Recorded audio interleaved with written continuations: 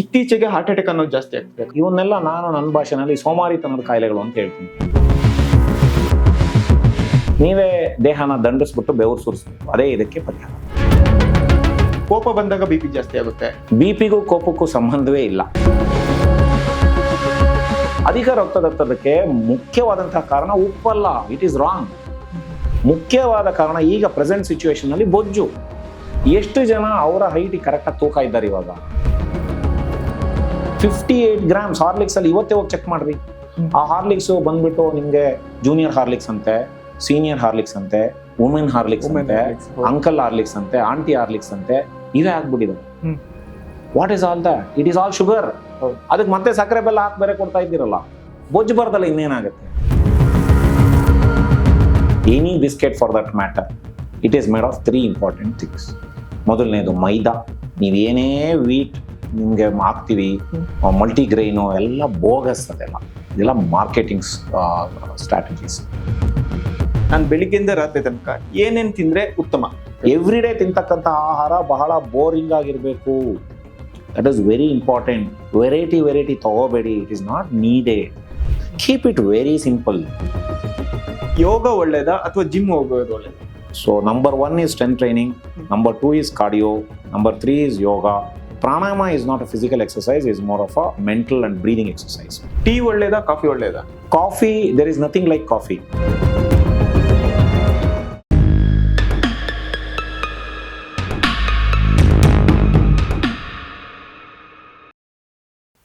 ನಮಸ್ಕಾರ, ಪಾಪ್ ಕನ್ನಡಗೆ ನಿಮ್ಗೆಲ್ರಿಗೂ ಆತ್ಮೀಯವಾದ ಸ್ವಾಗತ. ಸ್ನೇಹಿತರೆ, ಒಬ್ಬ ಡಾಕ್ಟರ್ನ ಜನ ಹೊಗಳುವಾಗ ಅವ್ರ ಕೈಗುಣ ಚೆನ್ನಾಗಿದೆ ಅಂತ ಹೊಗಳ್ತಾರೆ. ಆದ್ರೆ ಇವತ್ತು ನಮ್ ಜೊತೆ ಒಬ್ರು ಇದ್ದಾರೆ, ಅವ್ರನ್ನ ಜನ ಹೊಗಳುವಾಗ ಅವರ ಕೈಗುಣದ ಜೊತೆ ಅವರ ಮಾತಿನ ಗುಣ ಕೂಡ ಚೆನ್ನಾಗಿದೆ ಅಂತ ಹೊಗಳ್ತಾರೆ. ಜೊತೆಗೆ ಇವರು ಸೋಷಿಯಲ್ ಮೀಡಿಯಾದಲ್ಲಿ ಕೂಡ ಫೇಮಸ್. ಯಾವ್ದ್ರಲ್ಲಿ ಅಂತ ಕೇಳಿದ್ರೆ, ಜನರಿಗೆ ಆರೋಗ್ಯದ ಬಗ್ಗೆ ಸಲಹೆ ಕೊಡೋದ್ರಲ್ಲಿ. ಬೇರೆ ಯಾರು ಅಲ್ಲ, ನಮ್ ಜೊತೆಗಿದ್ದಾರೆ ಮಿಡಿತಾ ಆಸ್ಪತ್ರೆಯ ಸಂಸ್ಥಾಪಕರು ಹಾಗೆ ಹೃದಯ ತಜ್ಞರಾದ ಡಾಕ್ಟರ್ ಭಾನುಪ್ರಕಾಶ್ ಅವರು. ಬನ್ನಿ ಅವರನ್ನ ಕಾರ್ಯಕ್ರಮಕ್ಕೆ ಸ್ವಾಗತ ಮಾಡೋಣ. ಸರ್, ಕಾರ್ಯಕ್ರಮಕ್ಕೆ ಆತ್ಮೀಯವಾದ ಸ್ವಾಗತ. ನಮಸ್ತೆ, ಥ್ಯಾಂಕ್ ಯು. ಸರ್, ನೀವು ಹೃದಯ ತಜ್ಞರಾಗಿರೋದ್ರಿಂದ ಹೃದಯದ ಬಗ್ಗೆ ಒಂದು ಕೆಲವು ಅನುಮಾನಗಳು, ಕೆಲವು ಡೌಟ್ಗಳನ್ನ ಕ್ಲಿಯರ್ ಮಾಡ್ಬೇಕು ಅಂತ. ಇತ್ತೀಚೆಗೆ ಹಾರ್ಟ್ ಅಟ್ಯಾಕ್ ಅನ್ನೋದು ಜಾಸ್ತಿ ಆಗ್ತದೆ. ಕಾರ್ಡಿಯಾಕ್ ಅರೆಸ್ಟ್ ಆಗಿರ್ಬೋದು, ಹಾರ್ಟ್ ಅಟ್ಯಾಕ್ ಆಗಿರ್ಬೋದು, ಜನರ ಸಾವಿಗೆ ಹೆಚ್ಚು ಕಾರಣವಾಗ್ತಿರೋದು ಇದು. ಯಾಕೆ ಈಗ ಆಗ್ತಿದೆ? ಜನರ ಫುಡ್ ಇದ್ರಲ್ಲಿ ಏನಾದ್ರು ವ್ಯತ್ಯಾಸ ಕಾಣ್ತಿದ್ಯಾ? ಏನ್ ಯಾಕೆ ಅಂತ? ಸೊ ನೀವು ಹೇಳ್ದ ಹಾಗೆ ಕರೆಕ್ಟ್. ಇತ್ತೀಚಿನ ದಿನಗಳಲ್ಲಿ ಹೃದಯಾಘಾತ ಅಥವಾ ಹೃದಯಕ್ಕೆ ಸಂಬಂಧಪಟ್ಟ ಕಾಯಿಲೆಗಳು ಡೆಫಿನೆಟ್ಲಿ ಜಾಸ್ತಿ ಆಗ್ತಾ ಇದೆ. 10 ವರ್ಷದ ಕೆಳಗಡೆ ನಾವು ನೋಡ್ತಿರ್ತಕ್ಕಂಥದ್ದಕ್ಕೂ ಇವತ್ತಿಗೂ ಬಹಳ ವ್ಯತ್ಯಾಸಗಳಾಗಿದೆ. ವ್ಯತ್ಯಾಸಗಳು ಯಾಕೆ ಅಂತಂತಂದ್ರೆ ಜೀವನ ಶೈಲಿ, ಸೊ ಲೈಫ್ ಸ್ಟೈಲ್ ಅಂತ ನಾವೇನ್ ಮಾತಾಡ್ತೀವಿ, so that is what it is. So most of the ನಮ್ಮ ಪ್ರಾಬ್ಲಮ್ಸ್ ಎಲ್ಲ ಆಗ್ತಾ ಇರ್ತಕ್ಕಂಥದ್ದೇ ನಮ್ಮ ಜೀವನ ಶೈಲಿಯಲ್ಲಿ ಆಗಿರ್ತಕ್ಕಂತಹ ವ್ಯತ್ಯಾಸಗಳಿಂದ. ಸೊ ಏನೇನು ವ್ಯತ್ಯಾಸ ಆಗಿದೆ, ಇವನ್ನೆಲ್ಲ ನಾನು ನನ್ನ ಭಾಷೆನಲ್ಲಿ ಸೋಮಾರಿತನದ ಕಾಯಿಲೆಗಳು ಅಂತ ಹೇಳ್ತೀನಿ. ಸಕ್ಕರೆ ಕಾಯಿಲೆ ಇರ್ಬೋದು, BP ಕಾಯಿಲೆ ಇರ್ಬೋದು, ಕೊಲೆಸ್ಟ್ರಾಲ್ ಇರ್ಬೋದು, ಬೊಜ್ಜು ಇರ್ಬೋದು. ಅದಕ್ಕೆ ಸೆಕೆಂಡ್ರಿ ಆಗಿ ಬರ್ತಕ್ಕಂತಹ ಹೃದಯ ಸಮಸ್ಯೆಗಳು, ಕಿಡ್ನಿ ಸಮಸ್ಯೆಗಳು, ಸ್ಟ್ರೋಕ್, ಇವೆಲ್ಲದೂ ಸೋಮಾರಿತನದ ಕಾಯಿಲೆಗಳು. ಸೊ ಯಾಕೆ ಅಂತಂತಂದ್ರೆ ಮನುಷ್ಯನ ಒಂದು ಶರೀರ ಏನಿದೆ ಇದು ದಂಡಿಸ್ಬೇಕಿದು. ಸೊ ಮುಂಚೆ ಎಲ್ಲ ನಮ್ಮ ಹಳೆ ಒಂದು ಇವ್ರನ್ನೆಲ್ಲ ನೋಡಿದ್ರೆ ಅವರು ದೇಹ ದಂಡಿಸ್ತಾ ಇದ್ರು. ಅವ್ರ ಮೇನ್ ಕೆಲಸನೇ ದೇಹ ದಂಡಿಸೋದಿತ್ತು. ಇವಾಗ ನಾವು ಮನಸ್ಸನ್ನ ದಂಡಿಸ್ತಾ ಇದ್ದೀವಿ, ದೇಹ ದಂಡಿಸೋದು ಕಮ್ಮಿ ಆಗಿದೆ. ಯಾವಾಗಲೂ ಒಂದ್ಸಲ ವ್ಯಾಯಾಮ ಮಾಡೋದು ಅಥವಾ ಸಣ್ಣ ಪುಟ್ಟ ಏನೋ ಕೆಲಸ ಮಾಡಿಕೊಂಡು ಆ ಕೆಲಸನೇ ನಾವು ವ್ಯಾಯಾಮ ಅನ್ಕೊಂಡ್ಬಿಟ್ಟಿದೀವಿ. ಸೊ ಅದು ದೇಹ ದಂಡಿಸ್ದಲೇ ಇರೋದ್ರಿಂದ ತಗೊಳ್ತಕ್ಕಂತಹ ಆಹಾರ ಏನಾಗ್ತದೆ, ಲಿವರಿಗೆ ಹೋಗ್ತದೆ. ಡೈಜೆಷನ್ ಆದ್ಮೇಲೆ ಸೊ ನಾವು ತಗೊಳ್ತಕ್ಕಂಥ ಆಹಾರ ಲಿವರಿಗೆ ಹೋಗ್ತದೆ. ಲಿವರ್ ಏನಾಗ್ತದೆ, ಅದು ಅವಶ್ಯಕತೆಗಿಂತ ಹೆಚ್ಚಿಗೆ ಆಹಾರ ಬಂದರೆ ಅಥವಾ ನಾವು ತಗೊಳ್ತಕ್ಕಂತಹ ಆಹಾರ ಖರ್ಚಾಗ್ಲಿಲ್ಲ ಅಂದ್ರೆ ಅದು ಫ್ಯಾಟ್ ಆಗಿ ಸ್ಟೋರ್ ಮಾಡುತ್ತೆ. ಸಿಂಪಲ್. ನ್ಯಾಚುರಲ್ ಪ್ರೋಸೆಸ್ ಹೇಗೆ ಅಂದ್ರೆ ವೇಸ್ಟ್ ಮಾಡಲ್ಲ ನಮ್ಮ ನೇಚರು, ನಮ್ಮ ಬಾಡಿ ಉಳಿಸ್ಕೊಳುತ್ತೆ. ಸೊ ಹೆಚ್ಚಿಗೆ ಆಹಾರ ನಾವು ತಗೊಂಡಾಗ, ನಾವು ತೊಗೊಳ್ತಿರ್ತಕ್ಕಂಥ ಆಹಾರ ಹೆಚ್ಚಿಗೆ ಅನ್ನೋದು ಫಸ್ಟ್ ನಮ್ಮ ತಲೆಗೆ ಬರಬೇಕು. ನಮ್ಗೆ ಅಷ್ಟೊಂದು ಆಹಾರ ಅವಶ್ಯಕತೆನೇ ಇಲ್ಲ, ಯಾಕಂದ್ರೆ ಖರ್ಚೆ ಮಾಡೋದಿಲ್ಲ. ಸೊ ಹಾಗಾಗಿ ಆಹಾರ ಹೆಚ್ಚಿಗೆ ಆದ್ರೆ ಏನಾಗುತ್ತೆ, ಲಿವರ್ಗೆ ಹೋಗುತ್ತೆ ಎಲ್ಲ. At the end of the day everything is process by liver. So ಈ ಸಕ್ಕರೆ ಕಾಯಿಲೆ, BP ಕಾಯಿಲೆ, ಬೊಜ್ಜು ಎಲ್ಲದೂ ಲಿವರ್ ಕಾಯಿಲೆಗಳಿದು. ಸೊ ಇದು ಯಾವುದನ್ನು ನೀವು ಜನರಲ್ ಆಗಿ ಆ ಕಾಯಿಲೆ ಅಂತ ನಾವು ಏನ್ ಮಾತಾಡ್ತೀವಿ, this is all related to liver. So ಆ ಲಿವರ್ ಏನಾಗ್ತದೆ, ಸುಸ್ತಾಗಿ ಹೋಗ್ಬಿಡುತ್ತೆ ಪ್ರೊಸೆಸ್ ಮಾಡಿ.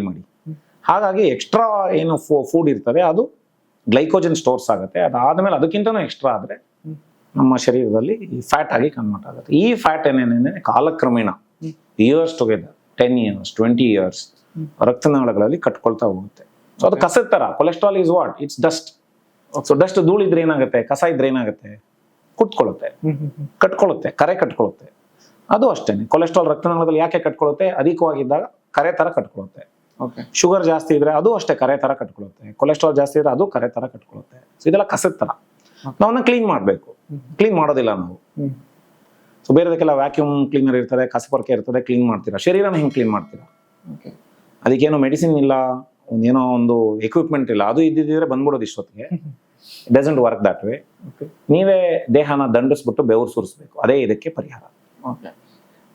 BP ವಿಷಯಕ್ಕೆ ಬಂದ್ರೆ ಸರ್, ಕೆಲವೊಂದು ಕೋಪ ಬಂದಾಗ BP ಜಾಸ್ತಿ ಆಗುತ್ತೆ, ಇಲ್ದಿದ್ರೆ ನಾರ್ಮಲ್ ಇದ್ದಾಗಲೇ BP ಜಾಸ್ತಿ ಆಗುತ್ತೆ. ಏನ್ ಎರಡು ವ್ಯತ್ಯಾಸ? ಸೊ ಸಹಜವಾಗಿ BP ಅಂತಂತಂದ್ರೆ ಎಲ್ರಿಗೂ ಒಂದು ಬ್ಲಡ್ ಪ್ರೆಷರ್ ಇದ್ದೇ ಇರುತ್ತೆ. ಇಲ್ಲಿ ಸಮಸ್ಯೆ ಆಗೋದು ಅಧಿಕ ರಕ್ತದೊತ್ತಡ, high BP. So BP is related to our emotions. ನಮ್ಮ ಶರೀರದಲ್ಲಿ ನಮ್ಮ ಒಂದು ಭಾವನೆಗಳು ಎಲ್ಲ ಇದ್ದಾಗ ಒಂದು ಕೆಲವಷ್ಟು ಕೆಮಿಕಲ್ಸ್ ರಿಲೀಸ್ ಆಗುತ್ತೆ. ಆ ಕೆಮಿಕಲ್ಸ್ ರಿಲೀಸ್ ಆದಾಗ BP ಹೆಚ್ಚಿಗೆ ಆಗೋದು ಸಹಜ. It's A normal process. ಕೋಪ ಬಂದಾಗ BP ರೈಸ್ ಆಗೋದು ಇಟ್ಸ್ ಎ ನಾರ್ಮಲ್ ಪ್ರೋಸೆಸ್. ಅತಿರೇಕಕ್ಕೆ ಹೋಗೋದು ಅದು ಅಬ್ನಾರ್ಮಲ್ ಆಗುತ್ತೆ. ಸೊ ನಾವು BP ಇಂದ ಕೋಪ ಅಂತ ಅನ್ಕೊಂಡಿದ್ದೀವಿ. ಈ ಪಿಕ್ಚರ್ಗಳೆಲ್ಲ ಏನು ತೋರಿಸಿರ್ತಾರೆ ಎಲ್ಲ ಒಂದು ಏನೋ ಒಂದು ಮಿತ್ತಿದು. ಸೊ BP ಇದೆ, ಇವರು ರೈಸ್ ಆಗ್ಬಿಡ್ತಾರೆ, BP ರೈಸು, BP ಕೋಪ, ಹಾಗೆ ಹೀಗೆ. No, it doesn't work that way. Scientifically it is not like that. BPಗೂ ಕೋಪಕ್ಕೂ ಸಂಬಂಧವೇ ಇಲ್ಲ. There is no relation. BPಗೂ ಭಾವನೆಗಳಿಗೂ ರಿಲೇಷನ್ ಇದೆ. ಸೊ ಕೋಪ ಕೂಡ ಒಂಥರದ ಭಾವನೆ. ಬೇರೆ ಬೇರೆ ಭಾವನೆಗಳಿಂದ ನಮ್ಮ ಬಾಡಿನಲ್ಲಿ ಕೆಲವು ಕೆಟಕೊಲಮೈನ್ಸ್ ಅಂತ ರಿಲೀಸ್ ಆಗುತ್ತೆ. ಆ ರಿಲೀಸ್ ಆದಾಗ BP ರೈಸ್ ಆಗೋದು ಸಹಜ. It's normal, it's natural. ಆದರೆ ಅಧಿಕ ರಕ್ತದೊತ್ತಡದ ಒಂದು ಕಾಯಿಲೆ ಇದ್ದರೆ, BP ಕಾಯಿಲೆ ಇದ್ದರೆ, ಸಮಾಧಾನವಾಗಿದ್ದಾಗಲೂ BP ರೈಸ್ ಆಗ್ತದೆ. ಎಲ್ಲ ಸಹಜವಾಗಿ ನಾರ್ಮಲ್ ಆಗಿರ್ತಕ್ಕಂಥದ್ದು ಕೂಡ BP ಹೆಚ್ಚಿಗೆ ಬಂದಾಗ, ಒಂದು ಲಿಮಿಟ್ ಗಿಂತ ಹೆಚ್ಚಿಗೆ ಬಂದಾಗ ಅದನ್ನ ನಾವು ಅಧಿಕ ರಕ್ತದೊತ್ತಡ ಅಂತ ಕರೆದು ಅದಕ್ಕೆ ನಾವು ಚಿಕಿತ್ಸೆಯನ್ನ ಶುರು ಮಾಡಬೇಕು. ಈ BP ಸಮಸ್ಯೆ ಅಂತ ಬಂದ್ರೆ ಕೆಲವು ಡಾಕ್ಟರ್ಸ್ ಹೇಳ್ತಾರೆ 130 ಇದ್ರೆ ಅದು ನಾರ್ಮಲ್ ಅಂತ, ಕೆಲವು ಡಾಕ್ಟರ್ಸ್ ಹೇಳ್ತಾರೆ 150 ಇದ್ರೆ ನಾರ್ಮಲ್ ಅಂತ. ಆಮೇಲೆ ಇನ್ನೊಂದು BP ಪೇಷಂಟ್ ಗಳ ಕಂಪ್ಲೇಂಟ್ ಏನು ಅಂದ್ರೆ, ಅವರು ಟ್ಯಾಬ್ಲೆಟ್ ತಗೊಳಕ್ ಶುರು ಮಾಡಿದ್ರೆ ಅದು ಎಂಡ್ ಆಗೋದಿಲ್ಲ, ಸಾಯೋ ತನಕ ತಗೊಳ್ತಾನೆ ಇರ್ಬೇಕು ಅಂತ. ಇದೇನ್ ಮಾಫಿಯಾನಾ ಅಥವಾ ಏನಿದು ಅಂತ? ಇಲ್ಲ. This is all myth. Basically ಏನಾಗುತ್ತೆ, ಜನರ ಹತ್ರ ಫೋನ್ ಇರ್ತದೆ, ಎಲ್ಲ ಇರ್ತದೆ, ಮಾಹಿತಿ ತಗೊಳಲ್ಲ, ಕೆಲ್ಸಕ್ಕೆ ಬಾರದು ವಿಡಿಯೋಸ್ ನೋಡ್ಕೊಂಡು ಕೂತ್ಕೋತಾರೆ. That is the problem. ನಿಮ್ಗೇನ್ ಹುಡುಕಿ ಗೈಡ್ ಲೈನ್ಸ್ ಇರ್ತಾರೆ. ನಾನು ಏನೇ ಒಂದು ಕೂತ್ಕೊಂಡು ಇಲ್ಲಿ ಮಾತಾಡ್ತಾ ಇದ್ದೀನಿ ಅಂದ್ರೆ ಅದಕ್ಕೊಂದು ಗೈಡ್ ಲೈನ್ಸ್ ಇದೆ. ಸೊ ಗೌರ್ಮೆಂಟ್ ರೆಕಗ್ನೈಸ್ಡ್ ಅಸೋಸಿಯೇಷನ್ಸ್ ಇದೆ. ಸೊ ನಾವು ಅಮೆರಿಕನ್ ಕಾಲೇಜ್ ಆಫ್ ಕಾರ್ಡಿಯಾಲಜಿ ಅಂತೀವಿ, ಇಂಡಿಯನ್ ಕಾರ್ಡಿಯಾಲಜಿ ಅಂತೀವಿ, ESC ಅಂತ ಕರಿತೀವಿ, ಯುರೋಪಿಯನ್ ಸೊಸೈಟಿ ಆಫ್ ಕಾರ್ಡಿಯಾಲಜಿ. ಇವೆಲ್ಲ ನಮಗೆ ಒಂದಷ್ಟು ಗೈಡ್ ಲೈನ್ಸ್ ಕೊಡುತ್ತೆ. ಆ ಗೈಡ್ ಲೈನ್ಸ್ ಅಲ್ಲಿ ಆಲ್ರೆಡಿ ಮೆನ್ಷನ್ ಆಗಿರುತ್ತೆ. ಸೊ ಆಫೀಸ್ BP ಅಂದ್ರೆ ನಮ್ಮ ಕ್ಲಿನಿಕ್ BP ಒಂದು, ಹೋಮ್ BP ಒಂದು, ಅದು ಕ್ಲಿಯರ್ ಕಟ್ ಲೆವೆಲ್ಸ್ ಇದೆ. ಆ ಲೆವೆಲ್ಸ್ ಗಿಂತ ಪರ್ಸಿಸ್ಟೆಂಟ್ಲಿ ಜಾಸ್ತಿ ಬಂದರೆ, ಯಾವಾಗ್ಲೂ ಒಂದ್ಸಲ ಅಲ್ಲ, ಪರ್ಸಿಸ್ಟೆಂಟ್ಲಿ ಜಾಸ್ತಿ ಬಂದ್ರೆ ಅದನ್ನ ನಾವು ಅಧಿಕ ರಕ್ತದೊತ್ತಡ ಅಂತ ಕನ್ಸಿಡರ್ ಮಾಡಿ ಮಾತ್ರೆ ಸ್ಟಾರ್ಟ್ ಮಾಡ್ಬೇಕಾಗತ್ತೆ. ಮಾತ್ರೆಗಿಂತನೂ ಲೈಫ್ ಸ್ಟೈಲ್. ನಾನು ಜನರಲಿ ಮಾತ್ರೆಗಳಿಗಿಂತನೂ ಲೈಫ್ ಸ್ಟೈಲ್ಗೆ ಬಹಳಷ್ಟು ಆದ್ಯತೆನ ಕೊಡ್ತೀನಿ. ಯಾಕೆ ಅಂತಂತಂದ್ರೆ ಇವೆಲ್ಲ ಲೈಫ್ ಸ್ಟೈಲ್ ಕಾಯಿಲೆಗಳು, ಸೋಮಾರಿತನದ ಕಾಯಿಲೆಗಳು. ಅದನ್ನ ಸರಿ ಮಾಡ್ಕೋಬೇಕೇ ಹೊರತು ನೀವು ಅನ್ನೆಸೆಸರಿ ಮಾತ್ರೆಗಳು ತಗೊಳ್ತಾ ಹೋದ್ರೆ ಅದು ಆಡ್ ಆನ್ ಆಗ್ತಾನೆ ಹೋಗುತ್ತೆ. ನಿಮ್ಮ BP-ಗೆ ನೀವೇ ಜವಾಬ್ದಾರಿ ತಗೊಳ್ಳಿ. ನನ್ನ ಪೇಷಂಟ್ಸ್ ಅದೇ ಹೇಳೋದು ನಾನು, ಮುಕ್ಕಾಲು ಭಾಗ ನಿಮ್ ಜವಾಬ್ದಾರಿ ರೀ, ಕಾಲ್ ಭಾಗ ನನ್ನ ಜವಾಬ್ದಾರಿ. ನೀವು ಜವಾಬ್ದಾರಿ ತಗೊಳ್ಳಿ, ವಾಕ್ ಮಾಡಿ, ವ್ಯಾಯಾಮ ಮಾಡಿ, ತೂಕ ಇಳಿಸಿ. ಅಧಿಕ ರಕ್ತದೊತ್ತಡಕ್ಕೆ ಮುಖ್ಯವಾದಂತಹ ಕಾರಣ ಉಪ್ಪಲ್ಲ, ಇಟ್ ಈಸ್ ರಾಂಗ್. ಮುಖ್ಯವಾದ ಕಾರಣ ಈಗ ಪ್ರೆಸೆಂಟ್ ಸಿಚುವೇಶನ್ ಅಲ್ಲಿ ಬೊಜ್ಜು. ಎಷ್ಟು ಜನ ಅವರ ಹೈಟ್ ಕರೆಕ್ಟ್ ಆಗಿ ತೂಕ ಇದ್ದಾರೆ ಇವಾಗ? ಎಷ್ಟು ಜನ ಇದ್ದಾರೆ? 10 ಜನ ತಗೊಳ್ಳಿ ನಿಮ್ ಸುತ್ತಮುತ್ತ ಇರೋರ್ಗೆನೇನೆ. 8 ಜನ ಅವ್ರಿಗೆ ಎಕ್ಸ್ಪೆಕ್ಟೆಡ್ ಗಿಂತ ಜಾಸ್ತಿ ಇದ್ದಾರಪ್ಪ. BP ಬರದಲ್ಲ ಏನಾಗುತ್ತೆ? ನಿಮ್ಮ ಕಾಯಿಲೆಗೆ ನೀವೇ ಜವಾಬ್ದಾರರು. ಡಾಕ್ಟರ್ಗೆ ಯಾಕೆ ಬೈತೀರಿ? ವ್ಯವಸ್ಥೆಗೆ ಯಾಕೆ ಬೈತೀರಿ? ಸುಮ್ಮನೆ ಮಾಫಿಯಾ ಅಂತೆಲ್ಲ ಯಾಕೆ ಯೂಸ್ ಮಾಡ್ತೀರಿ ವರ್ಡ್ಸ್? ಹುಡುಕಿ, ನೀವೇ ಮಾಹಿತಿ ತಗೊಳ್ಳಿ. ಫೋನ್ ಇರ್ತದೆ, ಗೂಗಲ್ ಅಲ್ಲಿ ಹುಡುಕಿ, ಒಂದು ಯುರೋಪಿಯನ್ ಗೈಡ್ ಲೈನ್ಸ್ ತಗೊಳ್ಳಿ, ಅಮೆರಿಕನ್ ಗೈಡ್ ಲೈನ್ಸ್ ತಗೊಳ್ಳಿ, ಇಂಡಿಯನ್ ಗೈಡ್ ಲೈನ್ಸ್ ತಗೊಳ್ಳಿ, ಓದಿ, ಅದರಲ್ಲಿ ಮುಗಿದೋಯ್ತು. ಮಾಹಿತಿ ತಗೊಳ್ಳಿ. ಈಗ ಒಂದು ವ್ಯಾಲ್ಯೂ ಇರ್ತದೆ, ಪರ್ಸಿಸ್ಟೆಂಟ್ಲಿ ಅದಕ್ಕಿಂತ ಜಾಸ್ತಿ ಬರ್ತಾ ಇದೆಯಾ, ನೀವು ಲೈಫ್ ಸ್ಟೈಲ್ ಸರಿ ಮಾಡ್ಕೊಳ್ಳಿ, ನಿಮ್ಮ BMI ಸರಿ ಮಾಡ್ಕೊಳ್ಳಿ. BMI ಒಳಗಡೆ ಇದ್ರೆ BP ಯಾಕೆ ಬರ್ತದೆ? As simple as that. So you don't stop blaming. ವ್ಯವಸ್ಥೆಯನ್ನ ಬ್ಲೇಮ್ ಮಾಡೋದ್ರಲ್ಲಿ ಏನು ಅರ್ಥ ಇಲ್ಲ. At the end of the day ಅದು ವ್ಯವಸ್ಥೆ ಇರೋದೇ ನಿಮ್ಮ ಅನುಕೂಲಕ್ಕೆ. ಈಗ BP, ಈಗ ನಮ್ದು ಏನಾಗ್ತದೆ, ಆಫೀಸ್ BP 140-90 ಅಂತ ಮಾತಾಡ್ತೀವಿ. ಅದಕ್ಕಿಂತ ಹೆಚ್ಚಿಗೆ ಬಂದ್ರೆ ಮಾತ್ರೆ ಶುರು ಮಾಡಬೇಕು, ಇಲ್ಲ ಅಗ್ರೆಸಿವ್ ಲೈಫ್ ಸ್ಟೈಲ್ ಮಾಡ್ಬೇಕಂತ ಹೇಳ್ತೀವಿ. ಈಗ ನೀವು ಲೈಫ್ ಸ್ಟೈಲ್ ಮಾಡ್ದಲ್ಲ ಇದ್ದಾಗ ಡಾಕ್ಟರ್ ಮಾತ್ರೆ ತಾನೇ ಶುರು ಮಾಡ್ಬೇಕು, ಇನ್ನೇನ್ ಮಾಡುವಂತೀರಿ? ಹೌದು. ಆಮೇಲೆ ಇನ್ನೊಂದು ಏನಾಗ್ತದೆ, ಯಾಕೆ ಶುರು ಮಾಡಬೇಕು, ಇದ್ರಿತ್ತು ಬಿಡಿ BP ಚೆನ್ನಾಗಿ ಓಡಾಡ್ಕೊಂಡಿರ್ತಾರಲ್ಲ, ಯಾಕೆ ಶುರು ಮಾಡಬೇಕು ಅನ್ನೋದು ಬರುತ್ತೆ. ಯಾಕೆ ಶುರು ಮಾಡಬೇಕು ಅಂದ್ರೆ, ಈಗ ಒಬ್ಬ ಮನುಷ್ಯ, ಈಗ ನೀವು ಕೂತ್ಕೊಂಡಿದ್ದೀರಿ, ನಿಮ್ ತಲೆ ಮೇಲೆ ಒಂದು 25 kg ಚೀಲ ಇಡ್ತೀನಿ, ಒತ್ಕೊಂಡಿರ್ತೀರಾ? ಎಷ್ಟು ತನಕ ಒತ್ಕೋತೀರಿ? 5 ನಿಮಿಷ, 6 ನಿಮಿಷಕ್ಕೆ ಸುಸ್ತಾಗ್ತೀರಾ? ಹೌದಾ? ಯಾಕೆ ಸುಸ್ತಾಗ್ತೀರಿ? ಯಾಕೆಂದ್ರೆ ಕೆಪಾಸಿಟಿ, ನಮ್ಮ ಹೃದಯಕ್ಕೂ ನಮ್ಮ ಕಿಡ್ನಿಗೂ ಒಂದು ಕೆಪಾಸಿಟಿ ಇದೆ. ಆ ವ್ಯಾಲ್ಯೂಗಿಂತ ಹೆಚ್ಚಿಗೆ ಹೋದ್ರೆ ಅದ್ರ ಮೇಲೆ ಅಷ್ಟು ಒತ್ತಡ ಬೀಳ್ತದೆ ಕಾಲಕ್ರಮೇಣ. ಈಗೇನೂ ಆಗೋದಿಲ್ಲ, 5 ವರ್ಷ 10 ವರ್ಷ ಕಳೆದ ಮೇಲೆ ಕಿಡ್ನಿ ಫೇಲ್ ಆಗ್ತದೆ, ಹೃದಯ ಫೇಲ್ ಆಗ್ತದೆ. ಇದು ನಾನು ಹೇಳ್ತಿರೋದಲ್ಲ, ನಮ್ಮ ಒಂದು ರಿಸರ್ಚ್ ಹೇಳ್ತಾ ಇರ್ತಕ್ಕಂಥದ್ದು. ಸೊ ಅದೇನಾಗ್ತದೆ, ನಾವು ಅದೊಂದು ಪ್ರೆಡಿಕ್ಷನ್ ಇರ್ತದೆ, ಅದಕ್ಕೆ ಇವಾಗ್ಲಿಂದನೇ ಅದಕ್ಕೆ ಸರಿ ಮಾಡ್ಕೋಬೇಕು ಅನ್ನೋ ಒಂದು ಉದ್ದೇಶ. ಈ ಮಾತ್ರೆಗಳು ಹೇಳಿದ್ರಿ, ತಗೋಬೇಡಿ ಮಾತ್ರೆನ. At the end of the day as a doctor ನನಗೆ ಟಾರ್ಗೆಟ್ ರೀಚ್ ಆದ್ರೆ ಸಾಕಲ್ಲ. ಹೌದು. BP ಒಳಗಡೆ ಇಟ್ಕೊಂಡ್ಬಿಡಿ, ಮಾತ್ರೆ ಇಲ್ದಂಗೆ ಇಟ್ಕೊಳ್ಳಿ, ಅದರಲ್ಲಿ ಏನಿದೆ? ನಾನು ಎಷ್ಟು ಜನ ಪೇಷಂಟ್ಸಿಗೆ ಮಾತ್ರೆ ನಿಲ್ಸಿಲ್ಲ, ಶುಗರ್ ಮಾತ್ರೆ ನಿಲ್ಸಿದ್ದೀನಿ, BP ಮಾತ್ರೆ ನಿಲ್ಸಿದ್ದೀನಿ, ಕೊಲೆಸ್ಟ್ರಾಲ್ ಮಾತ್ರೆಗಳನ್ನ ನಿಲ್ಸಿದ್ದೀನಿ. ಹೇಗೆ? ಲೈಫ್ ಸ್ಟೈಲ್, ಅವ್ರ ಇಂಪಾರ್ಟೆನ್ಸ್ ಹೇಳ್ಬೇಕು, ತಿಳ್ಕೋಬೇಕು. ಯಾರ್ಯಾರು ತಿಳ್ಕೊತಾರೆ, ಯಾರ್ಯಾರು ಸರಿ ಮಾಡ್ಕೋತಾರೆ, ಎಲ್ಲ ಒಳಗಡೆ ಬರ್ತದೆ, ಕ್ಲಿಯರ್ ಆಗ್ತದೆ. ಸೊ ಹಾಗಾಗಿ ನನ್ಗೇನು BP ಒಳಗಡೆ ಇದ್ರೆ ಸಾಕು, ನೀವು ಮಾತ್ರೆ ತಗೋತಿರೋ, ಮಾತ್ರೆ ತಗೊಳಲ್ವೋ, ನೀವು ಡಾನ್ಸ್ ಮಾಡ್ತಿರೋ, ನೀವು ಕುಣಿತಿರೋ, ನೀವು ಮ್ಯೂಸಿಕ್ ಕೇಳ್ತಿರೋ, ನಿಮಗೆ ಬಿಡ್ತೀನಿ ನಾನು. ನನಗೆ ವ್ಯಾಲ್ಯೂಸ್ ಒಳಗಡೆ ಇರಬೇಕು. ಅದಕ್ಕಿಂತ ಹೆಚ್ಚಿಗೆ ಆದರೆ ಏನಾಗ್ತದೆ, ಒತ್ತಡಗಳಾಗತ್ತೆ. ನಮ್ಮ ರಿಸರ್ಚ್ ಅಲ್ಲಿ ಕಿಡ್ನಿ ಪ್ರಾಬ್ಲಮ್ ಆಗ್ಬೋದು ಇನ್ನು 5 ವರ್ಷ ಬಿಟ್ಕೊಂಡು ಅಂತ ಬರ್ದಿದ್ದಾರೆ. ಅದು ಬರ್ದಾಗ ನಾನು ನಿಮ್ಗೆ ಹೇಳಲೇಬೇಕಾಗ್ತದೆ. ಅರ್ಥ ಆಯ್ತಾ? ಸೊ ಹಾಗಾಗಿ ಇವೆಲ್ಲ ಏನಾಗ್ತದೆ, ಸುಮ್ಮನೆ ಅನ್ನೆಸೆಸರಿ ನಾನ್ ಸರಿ ಹೋಗ್ದಲ್ಲೇ ಬೇರೆಯವ್ರನ್ನ ಬ್ಲೇಮ್ ಮಾಡೋದಾಗುತ್ತೆ. ಅದರಿಂದ there is no point. So take ownership, ನಿಮ್ಮ ಆರೋಗ್ಯಕ್ಕೆ ನೀವೇ ಜವಾಬ್ದಾರಿ ತಗೊಳ್ಳಿ. ಸೊ ತೂಕ ಇಳಿಲಿಲ್ಲ ಅಂದ್ರೆ ಚಾನ್ಸೇ ಇಲ್ಲ BP ಒಳಗಡೆ ಬರ್ಲಿಕ್ಕೆ. ಅವಾಗ ಮಾತ್ರೆ ಬೇಕೇ ಬೇಕಾಗ್ತದೆ, ಸಮಸ್ಯೆ ಆಗ್ತದೆ. ಆಮೇಲೆ ಮಾತ್ರೆ ಸುಲಭ, ಆಮೇಲೆ ಮಾತ್ರೆ ಒಂದ್ಸಲ ಸ್ಟಾರ್ಟ್ ಮಾಡಿದ್ರೆ ನಿಲ್ಸೋಕೆ ಆಗೋದಿಲ್ಲ, ಈ ಥರದ್ದೆಲ್ಲ ಇವೆಲ್ಲ ಮಿತ್ಸ್ ಅವು. ಸೊ ಅದು ಜೆನೆಟಿಕಲಿ ಬರ್ತಕ್ಕಂತಹ BP ಕಾಯಿಲೆಗದು, ಜೀವನ ಶೈಲಿಯಿಂದ ಬರ್ತಕ್ಕಂಥ BP ಕಾಯಿಲೆಗಲ್ಲ. ಜೀವನ ಶೈಲಿಯಿಂದ ಬರ್ತಕ್ಕಂಥ BP ಕಾಯಿಲೆಗೆ which is 90% of the BP, ಈಗ ಬರ್ತಿರ್ತಕ್ಕಂಥ BPಗೆ 90% ಆಫ್ ದ BP ಕಾಯಿಲೆಗಳು ಜೀವನ ಶೈಲಿಯಿಂದ ಬರ್ತಕ್ಕಂಥದ್ದು. ಅದೇ completely reversible, completely reversible, I am telling you. So ನಾನು ಎಷ್ಟು ಜನ ಪೇಷಂಟ್ಸ್ಗೆ ನಾನು ಅವ್ರಿಗೆಲ್ಲ ಸರಿ ಮಾಡ್ಬಿಟ್ಟು ಹಿಂಗೆ ಮಾಡ್ಬಿಟ್ಟು ಕಳಿಸ್ಬಿಟ್ಟಿರ್ತೀನಿ. BP ಮಾತ್ರ ಇಲ್ದಂಗೆ ಬಹಳಷ್ಟು ಜನ ಇದ್ದಾರೆ, ಬಹಳಷ್ಟು ಜನ ಇದ್ದಾರೆ. 10 ವರ್ಷ ತಗೊಂಡ್ರು ನಿಲ್ಸಿದ್ದಾರೆ. Okay, very common, no problem.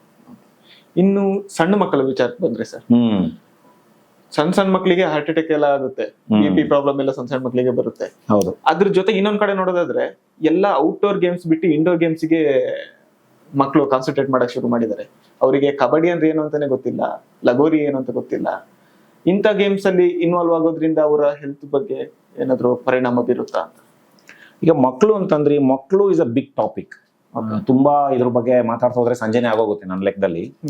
ಏನಾಗ್ತಾ ಇದೆ ಅಂದ್ರೆ, ಮಕ್ಕಳು ಈಗ ಫಾರ್ ಎಕ್ಸಾಂಪಲ್ ಇತ್ತೀಚಿನ ಮಕ್ಕಳಲ್ಲಿ ಅಕ್ಯಾಂಥೋಸಿಸ್ ಜಾಸ್ತಿ ಆಗ್ತಾ ಇದೆ. ಅಕ್ಯಾಂಥೋಸಿಸ್ ನಾನು ಬಹಳಷ್ಟು ಜನ ನೋಡ್ತೀನಿ, 9 ವರ್ಷ 12 ವರ್ಷ 10-11 ವರ್ಷಕ್ಕೆನೆ ಅಕ್ಯಾಂಥೋಸಿಸ್. ಈ ಭಾಗ, ಕುತ್ತಿಗೆ ಭಾಗ ಬ್ಲ್ಯಾಕ್ ಕಲರ್ ಪ್ಯಾಚಸ್ ಆಗಿರುತ್ತೆ, ಸ್ಕಿನ್ ಟ್ಯಾಗ್ಸ್ ಆಗಿರುತ್ತೆ, ಚರ್ಮ ದಪ್ಪ ಆಗಿರುತ್ತೆ. ಸೊ ಇದನ್ನ ನಾವು ಅಕ್ಯಾಂಥೋಸಿಸ್ ನೈಗ್ರಿಕೆನ್ಸ್ ಅಂತ ನಮ್ಮ ಭಾಷೆಯಲ್ಲಿ ಕರಿತೀವಿ. ಅದೇನದು? ಅದು ಒಳಗಡೆ ಇರ್ತಕ್ಕಂತಹ ಒಂದು ಕಾಯಿಲೆಯ ಸೂಚನೆ, ಇನ್ಸುಲಿನ್ ರೆಸಿಸ್ಟೆನ್ಸ್ ಅಂತ ಕರಿತೀವಿ. ಸೊ ನಾವು ಆ ಮಕ್ಕಳಲ್ಲಿ ಏನೋ ಒಂದು ಕಾಣ್ತಾ ಇದೆ ಅಂದ್ರೆ, ಫ್ಯೂಚರ್ ಅಲ್ಲಿ ಅವ್ರಿಗೆ ಕೆಲವು ವರ್ಷ ಆದ ನಂತರದಲ್ಲಿ ಅವ್ರಿಗೆ ಸಕ್ಕರೆ ಕಾಯಿಲೆ ಬರ್ತಕ್ಕಂಥ ಸಾಧ್ಯತೆಗಳು, BP ಕೊಲೆಸ್ಟ್ರಾಲ್ ಬರ್ತಕ್ಕಂಥ ಸಾಧ್ಯತೆಗಳು ಹೆಚ್ಚಿಗೆ ಅನ್ನೋದು ಮಕ್ಕಳಲ್ಲಿ ನೋಡ್ತಾ ಇದ್ದೀವಿ ಇವಾಗ. This is alarming. ಯಾಕೆ ಅಂತಂತಂದ್ರೆ, ಒಂದು ಜೀವನ ಶೈಲಿಯ ಬಗ್ಗೆ ಮಾಹಿತಿ ಅವ್ರಿಗೂ ಇಲ್ಲ, ತಂದೆ ತಾಯಿಗಳಿಗೂ ಇಲ್ಲ. ಹೌದು. ಸೊ ನಾವು ಇದರಲ್ಲಿ ಮಕ್ಕಳನ್ನೆಲ್ಲ ಬೈಬೇಕಾಗಿರೋದು, ತಂದೆ ತಾಯಿನ ನಾವು ಬ್ಲೇಮ್ ಮಾಡಬೇಕಾಗುತ್ತೆ. ಫಸ್ಟ್ ಅವರು ಅವರ ಜೀವನ ಶೈಲಿ ಸರಿ ಮಾಡ್ಕೊಂಡ್ರೆ ಅದನ್ನ ಮಕ್ಕಳು ಫಾಲೋ ಮಾಡ್ತಾರೆ. ಸೊ ಈಗ ಫಾರ್ ಎಕ್ಸಾಂಪಲ್, ಒಬ್ಬ ಮಗುದು ಆಹಾರ ಪದ್ಧತಿ ಹೇಗಿದೆ ಅಂತ ನೀವು ನೋಡಿದ್ರೆ, ಒಂದು 24 hours ಅಲ್ಲಿ ಅವ್ರು ಏನೇನು ತಿಂತಾರೆ, ಏನೇನು ತಗೊಳ್ತಾರೆ. ಬೆಳಿಗ್ಗೆ ಎದ್ದೇಳ್ತಾರೆ, ಎದ್ದು ಕೂಡಲೇನೆ ಸ್ಕೂಲ್ಗೆ ಹೋಗೋ ಹರಿಬರಿ ಇರ್ತದೆ. ಹಾಗಾಗಿ 1 ಲೋಟ ಹಾಲು, ಸಹಜವಾಗಿ ಅದೇನು ಬರ್ತದೆ ಹಾಲು, ಹಾಲಿನ ಒಂದು ಜೊತೆಗೆ ಅವರು ಹಾರ್ಲಿಕ್ಸ್ ಹಾಕೋತಾರ, ಬೂಸ್ಟ್ ಹಾಕೋತಾರ, ಇನ್ನೊಂದು ಹಾಕೋತಾರೆ. ಸೊ ಬೆಳಗ್ಗೆ 1 ಲೋಟ 2 ಚಮಚ ಹಾಕಿರ್ತಕ್ಕಂತಹ, ಸಕ್ಕರೆನೂ ಹಾಕಿರ್ತಕ್ಕಂತಹ ಹಾರ್ಲಿಕ್ಸ್ ಕುಡಿತಾರೆ ಅಂತ ಹಿಡಿಯೋಣ. ಅದಾದ್ಮೇಲೆ ತುಂಬಾ ಹರಿಬಿರಿಯಲ್ಲಿ ತಿಂಡಿಯನ್ನ ತಿಂತಾರೆ. ಹೌದಾ? ಏನ್ ತಿಂಡಿ ತಿಂತಾರೆ? ತಿಂಡಿ ಏನಿರ್ತದೆ ಸಹಜವಾಗಿ 8:15 ಬಸ್ ಬಂದ್ಬಿಡ್ತದಲ್ಲ, ಏನೇನಿರುತ್ತೆ ತಿಂಡಿ? ಪೂರಿ. ಪೂರಿ ಇರ್ತದೆ, ಬಿಡಿ ರೆಗ್ಯುಲರ್ ತಿಂಡಿ ಅಲ್ಲ ಅಣ್ಣ. ಚಿತ್ರಾನ್ನ, ಹ್ಮ್ ಪುಳಿಯೋಗರೆ, ಪಲಾವು, ಕಲರ್ ಕಲರ್ ರೈಸ್ಗಳು, ರೈಸ್ ಬಾತ್ಗಳು. ಬಿಟ್ರೆ ಕೆಲವರು ಚಪಾತಿ ಮಾಡ್ತಾರೆ, ಕೆಲವರು ದೋಸೆ ಮಾಡ್ತಾರೆ, ಇಡ್ಲಿ ಮಾಡ್ತಾರೆ, ಇವೇ ಅಲ್ವಾ? ಹೌದು. ಏನ್ರಲ್ಲಿ ಮಾಡ್ತಾರೆ ಇದೆಲ್ಲ food? What is the base? Oil. Rice. Rice is the base. Okay. So ಇದೆಲ್ಲದಕ್ಕೂ ಮುಖ್ಯವಾದ ಇಂಗ್ರೀಡಿಯೆಂಟು ಇಲ್ಲ ಅಕ್ಕಿ ಇದೆ, ಇಲ್ಲ ಗೋಧಿ ಇದೆ, ಇಲ್ಲ ರವೆ ಇದೆ, ಇಲ್ಲ ಮೈದಾ ಇದೆ. ಹೌದಾ? ಬೆಳಗ್ಗೆ ಆಲ್ರೆಡಿ 1 ಲೋಟ ಹಾಲಿಗೆ 2 ಚಮಚ ಸಕ್ಕರೆ ಬಿದ್ದಿದೆ, ಹಾರ್ಲಿಕ್ಸ್ ಬಿದ್ದಿದೆ. ಇದರಲ್ಲಿ 90% of the food is carbohydrates. Carbohydrates, fibre ಇಲ್ಲ. ಬಹಳಷ್ಟು ಜನ ಪೇರೆಂಟ್ಸ್ ಬಂದು ಹೇಳೋದೇ, ನನ್ನ ಮಗು ತರಕಾರಿನೇ ತಿನ್ನಲ್ಲ ಡಾಕ್ಟ್ರೇ, ಎಲ್ಲ ಸೈಡ್ಗೆ ಇಟ್ಬಿಡ್ತಾರೆ ಅಂತ ಹೇಳ್ತಾರೆ. ಯಾಕೆ? ರೂಢಿ ಮಾಡಿಸಿಲ್ಲ ಮಕ್ಳಿಗೆ. ನೀವು ಹೆಂಗ್ ರೂಢಿ ಮಾಡಿಸ್ತೀರೋ ಹಂಗೆ ತಿಂತಾರ ಅವರು. ಫಸ್ಟ್ ನೀವು ತಿನ್ರಿ, ನೀವು ತಿಂದ್ರೆ ತಾನೇ ನಿಮ್ಮನ್ನ ನೋಡಿ ಮಕ್ಕಳು ಫಾಲೋ ಮಾಡೋದು. ಮಕ್ಳು ಯಾವತ್ತೂ ಹೇಳಿದ ಮಾತು ಕೇಳಲ್ಲ, ಮಾಡಿದ್ದನ್ನ ನೋಡಿ ಕಲಿತಾರೆ. ಸೊ ಹಾಗಾಗಿ ನಾವು ಸರಿಯಾದ ರೀತಿನಲ್ಲಿ ಅಭ್ಯಾಸವನ್ನ ಮಾಡಿದರೆ ನಮ್ಮ ರೀತಿ ಮಕ್ಕಳು ಫಾಲೋ ಮಾಡ್ತಾರೆ. ಅದು ಬಹಳ ಮುಖ್ಯ ಇರ್ತದೆ. ಅದು ಆಹಾರ ಶೈಲಿ. ಮಧ್ಯಾಹ್ನ ಡಬ್ಬಿಗೇನು? ಅದೇ ಬೆಳಿಗ್ಗೆ ಏನಿರ್ತದೆ ಅದೇ ಡಬ್ಬಿಗೆ. ಅದ್ರ ಜೊತೆಗೆ ಸ್ನ್ಯಾಕ್ಸ್ಗೆ ಬಿಸ್ಕೆಟ್ಗಳು, ಬ್ರೆಡ್ಗಳು, ಅದಕ್ಕೆ ರಿಲೇಟೆಡ್ ಸ್ಯಾಂಡ್ವಿಚ್ಗಳು ಬಂದೋಗ್ತದೆ. ಮತ್ತೆ ಸಾಯಂಕಾಲ ಮನೆಗೆ ಬಂದ ಕೂಡಲೇ ಏನು ಮಾಡ್ತಾರೆ? ಏನೋ ಒಂದಷ್ಟು ಸ್ನ್ಯಾಕ್ಸ್ಗಳು, ಏನೋ ಒಂದಷ್ಟು ಬೋಂಡ ಬಜ್ಜಿ ಥರನೂ ಬರ್ತದೆ, ಬಹಳಷ್ಟು ಸ್ನ್ಯಾಕ್ಸ್ ಬರ್ತದೆ, ಮತ್ತೆ ಬ್ರೆಡ್ ರಿಲೇಟೆಡೇ ಬರುತ್ತೆ. ಮತ್ತೆ ಅವಾಗ ಇನ್ನೊಂದು ಲೋಟ ಹಾರ್ಲಿಕ್ಸ್ ಬರ್ತದೆ, ಜೊತೆಗೆ ಒಂದು ಬ್ರೆಡ್, ಬಿಸ್ಕೆಟು, ರಸ್ಕು ಗಿಸ್ಕು ಅಂತ ಬರುತ್ತೆ. ಅದ್ರ ಜೊತೆಗೆ ರಾತ್ರಿ ಏನು ತಿಂತಾರೆ? ಇರೋದ್ರಲ್ಲಿ ಕೆಲವು ಮನೆಗಳಲ್ಲಿ ರಾತ್ರಿ ಮೀಲ್ ಒಂದು ಸ್ವಲ್ಪ ಪರವಾಗಿಲ್ಲ, ಏನೋ ಒಂದು. ಬಟ್ ಬಹಳಷ್ಟು ಜನ ಅದನ್ನು ಸಿಂಪಲ್ ಆಗಿ ಇಟ್ಬಿಡ್ತಾರೆ, ಯಾಕಂದ್ರೆ ಎಲ್ಲ ದುಡ್ಕೊಂಡ್ ಬಂದಿರ್ತಾರೆ, ಸಮಯ ಇರೋದಿಲ್ಲ. ಸೊ ಓವರ್ ಆಲ್ ನಿಮ್ಮ ಫುಡ್ ಅಂತ ತಗೊಂಡ್ರೆ ಮಕ್ಳಿಗೆ ಇವಾಗ 90% of the food is carbohydrates. ಆ ಕಾರ್ಬೋಹೈಡ್ರೇಟ್ ತಗೊಂಡಾಗ ಏನಾಗುತ್ತೆ? ನಮ್ಮ ಬಾಡಿನಲ್ಲಿ ಇನ್ಸುಲಿನ್ ಶೂಟಪ್ ಆಗುತ್ತೆ. ಯಾವಾಗ ಇನ್ಸುಲಿನ್ ರೈಸ್ ಆಗುತ್ತೆ ಅವಾಗ ಎಲ್ಲನೂ ಕೂಡ ಬಾಡಿಯಲ್ಲಿ ಇನ್ಸುಲಿನ್ ರೆಸಿಸ್ಟೆನ್ಸ್ ಆಗ್ತಕ್ಕಂಥ ಸಾಧ್ಯತೆಗಳು ಹೆಚ್ಚಿಗೆ ಆಗ್ತಾ ಬರುತ್ತೆ. ಸೊ ಹಾಗಾಗಿ ಇನ್ಸುಲಿನ್ ಶೂಟಪ್ ಆಗೋದನ್ನ ತಡಿಬೇಕು. ಅದಕ್ಕೆ ಕಾರ್ಬೋಹೈಡ್ರೇಟ್ಸ್ ಕಮ್ಮಿ ಮಾಡಬೇಕು, ಫೈಬರ್ ಮತ್ತೆ ಪ್ರೋಟೀನ್ ಆಹಾರಗಳನ್ನ ಜಾಸ್ತಿ ಮಾಡ್ಕೋಬೇಕು. ಮತ್ತೆ ಎರಡನೇದು, ತಗೊಂಡಿರೋ ಆಹಾರ ಖರ್ಚು ಮಾಡಲ್ಲ ಮಕ್ಕಳು. ಈಗೆಲ್ಲ ನಾನು ಸ್ಕೂಲ್ಗೆ ಹೆಂಗ್ ಹೋಗ್ತಾ ಇದ್ದೆ, ನೀವ್ ಹೆಂಗ್ ಹೋಗ್ತಾ ಇದ್ರಿ?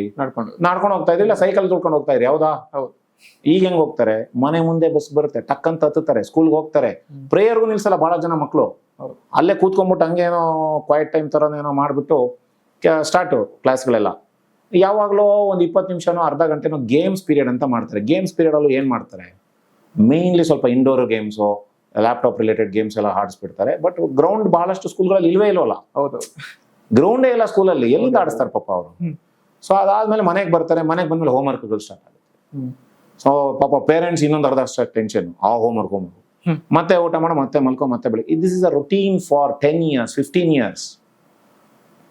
ಸೊ ಈ ತರ ಆದಾಗ ಏನಾಗೋಗ್ಬಿಡುತ್ತೆ, ಮಕ್ಕಳಿಗೆ ಆಬ್ವಿಯಸ್ಲಿ ಇನ್ಸುಲಿನ್ ರೆಸಿಸ್ಟೆನ್ಸ್ ಬರ್ತದೆ, ಬೊಜ್ಜು ಕಾಯಿಲೆಗಳು ಬರೋದು ಸಹಜನ ಅಲ್ವಾ? ನೀವೇ ಯೋಚನೆ ಮಾಡಿ, ನೀವೇ ಆತ್ಮಾವಲೋಕನ ಮಾಡ್ಕೊಳ್ಳಿ. ಇದೆಲ್ಲ ಯಾವಾಗ ರಿಯಲೈಸ್? ಈ ಹಾರ್ಲಿಕ್ಸ್ ಅಂತ ನಾವೇನು ಮಾತಾಡಿದ್ವಿ, ಹಾರ್ಲಿಕ್ಸ್ನಲ್ಲಿ ಏನಿರುತ್ತೆ ಇಂಗ್ರೀಡಿಯೆಂಟ್ಸ್ ನೋಡಿದ್ದೀರಾ ಯಾವತ್ತಾದರೂ? ನೋಡಿದ್ದೀರಾ? 100 grams ಹಾರ್ಲಿಕ್ಸ್ ಅಲ್ಲಿ 58 grams ಶುಗರ್ ಇರುತ್ತೆ. It is all sugar, processed and unprocessed sugar ಬರ್ತದೆ. 58 grams ಹಾರ್ಲಿಕ್ಸ್ ಅಲ್ಲಿ. ಇವತ್ತೇ ಹೋಗಿ ಚೆಕ್ ಮಾಡ್ರಿ. ಆ ಹಾರ್ಲಿಕ್ಸ್ ಬಂದ್ಬಿಟ್ಟು ನಿಮ್ಗೆ ಜೂನಿಯರ್ ಹಾರ್ಲಿಕ್ಸ್ ಅಂತೆ, ಸೀನಿಯರ್ ಹಾರ್ಲಿಕ್ಸ್ ಅಂತೆ, ವುಮೆನ್ ಹಾರ್ಲಿಕ್ಸ್ ಅಂತೆ, ಅಂಕಲ್ ಹಾರ್ಲಿಕ್ಸ್ ಅಂತೆ, ಆಂಟಿ ಹಾರ್ಲಿಕ್ಸ್ ಅಂತೆ, ಇವೇ ಆಗ್ಬಿಟ್ಟಿದಾವೆ. What is all that? It is all sugar. ಅದಕ್ಕೆ ಮತ್ತೆ ಸಕ್ಕರೆ ಬೆಲ್ಲ ಹಾಕಿ ಬೇರೆ ಕೊಡ್ತಾ ಇದ್ದೀರಲ್ಲ, ಬೊಜ್ಜು ಬರ್ತಲ್ಲ, ಇನ್ನೇನಾಗುತ್ತೆ? ಒಂದು ಗ್ಲಾಸ್ ಆಫ್ ಇದರಲ್ಲಿ ನಿಮ್ಗೆ ಆಲ್ಮೋಸ್ಟ್ 400 ರಿಂದ 500 ಕ್ಯಾಲರಿ ಬಂದೋಯ್ತು. ಹೌದು, ಇನ್ನು ತಿಂಡಿ ತಿಂದಿಲ್ಲ, ಊಟ ಮಾಡಿಲ್ಲ ಮಗು, ಬರೀ ಹಾರ್ಲಿಕ್ಸ್ ಅಲ್ಲೇ ಬಂದೋಯ್ತಲ್ಲ. ಹೌದು, ಇಡೀ ದಿನದ ಕ್ಯಾಲೋರೀಸ್ ಬಂದೋಯ್ತಲ್ಗೆ. ಸೊ ಹಾಗಾಗಿ ಇಟ್ಸ್ ಎ ಮೀಲ್ ರೀಪ್ಲೇಸ್ಮೆಂಟ್. ಅದನ್ನು ಕುಡಿದು ಮೀಲು ತಗೊಂಡು imbalance food extremely dangerous. So always ಮಕ್ಕಳಿಗೆ ಈಗಲಿಂದನೇ ಒಂದು ಬ್ಯಾಲೆನ್ಸ್ಡ್ ಮೀಲ್ ಕೊಡಿ. ಬ್ಯಾಲೆನ್ಸ್ಡ್ ಮೀಲ್ ಅಂದರೆ 50% ಆಫ್ ದ ತಟ್ಟೆನಲ್ಲಿ ತರಕಾರಿಗಳು, ಕಾಳುಗಳು ಇರಲೇಬೇಕು. ಅದರ ಜೊತೆಗೆ ಫರ್ಮೆಂಟೆಡ್ ಫುಡ್ ಇರಬೇಕು, ತುಪ್ಪ ಇರಬೇಕು, ಗುಡ್ ಫ್ಯಾಟ್ಸ್ನ ಕೊಡಬೇಕು. ಅದರ ಜೊತೆಗೆ ನೀರು ಚೆನ್ನಾಗಿ ಕುಡಿಸ್ಬೇಕು. ಮಕ್ಕಳಲ್ಲಿ ಆಲ್ರೆಡಿ ಕಿಡ್ನಿ ಸ್ಟೋನ್ಸ್ ಶುರು ಆಗ್ಬಿಟ್ಟಿದೆ. ನೀರು ಕೆಜಿಗೆ 100 ml ಅನ್ನೋ ಥರ ಹಿಡಿಬೇಕು. ಸೊ ಹಾಗಾಗಿ 2 ರಿಂದ 2.5 ಲೀಟ್ರ್ ನೀರನ್ನ ಕುಡಿಸ್ಬೇಕು ಮಕ್ಕಳಿಗೆ. ಇವೆಲ್ಲ ಬಹಳ ಮುಖ್ಯ. Plus outdoor games every day 1 hour outdoor ಆಡಿಸ್ಲೇಬೇಕ್ರಿ. ಹೋಮ್ವರ್ಕ್ ಎಲ್ಲ ವೇಸ್ಟು. ನಿಮ್ಗೆ ಹೋಮ್ವರ್ಕ್ ಮಾಡಿರೋದು ನಿಮ್ಗೆ ಏನಾದ್ರು ಯೂಸ್ ಆಗಿದೆಯಾ ಇದುವರೆಗೂ? ಇಲ್ಲ. ನಾನು ಹೋಮ್ ವರ್ಕ್ ಮಾಡಿರೋದು ಬೋಗಸ್ ಅದು, ಅದರಿಂದ ಏನು ಯೂಸ್ ಆಗಿಲ್ಲ ನನ್ನ ಲೈಫಲ್ಲಿ. ನಿಜ. ಹೌದು. ಅದೇ 1 hour ನಾನು ವರ್ಕ್ ಅವಾಗ ಏನು ಆಟ ಆಡಿದ್ದೀನಿ ಸಾಯಂಕಾಲ, ನಾನು ಸ್ಕೂಲಿಂದ ಬಂದ್ಮೇಲೆ 1 hour ಆಟ ಆಡಿಸ್ತಿದ್ರು ನಮ್ಮ ಅಪ್ಪ ಅಮ್ಮ. ಆಟ ಆಡಿರೋದು ನನಗೆ ಯೂಸ್ ಆಗಿದೆ. ಹೌದು. ಆದರೆ ಹೋಮ್ ವರ್ಕ್ ಮಾಡೋದು ಒಂದು ಯೂಸ್ ಆಗಿಲ್ಲ ರೀ. The whole system is wrong. So ಹಾಗಾಗಿ ಒಂದು ಸ್ವಲ್ಪ ಇವ್ ಕಡೆ ಗಮನ ಹರಿಸ್ಬೇಕು, ಫಿಸಿಕಲ್ ಆಕ್ಟಿವಿಟಿ ಜಾಸ್ತಿ ಮಾಡಬೇಕು. ಮತ್ತೆ ಬರೀ ಕಾಂಪಿಟೇಟಿವ್ ವರ್ಲ್ಡ್ ಆಗಿರೋದ್ರಿಂದ ಬೇರೆ ದಾರಿ ಇಲ್ಲ, ಅವರು ಮಾಡಬೇಕಾಗತ್ತೆ.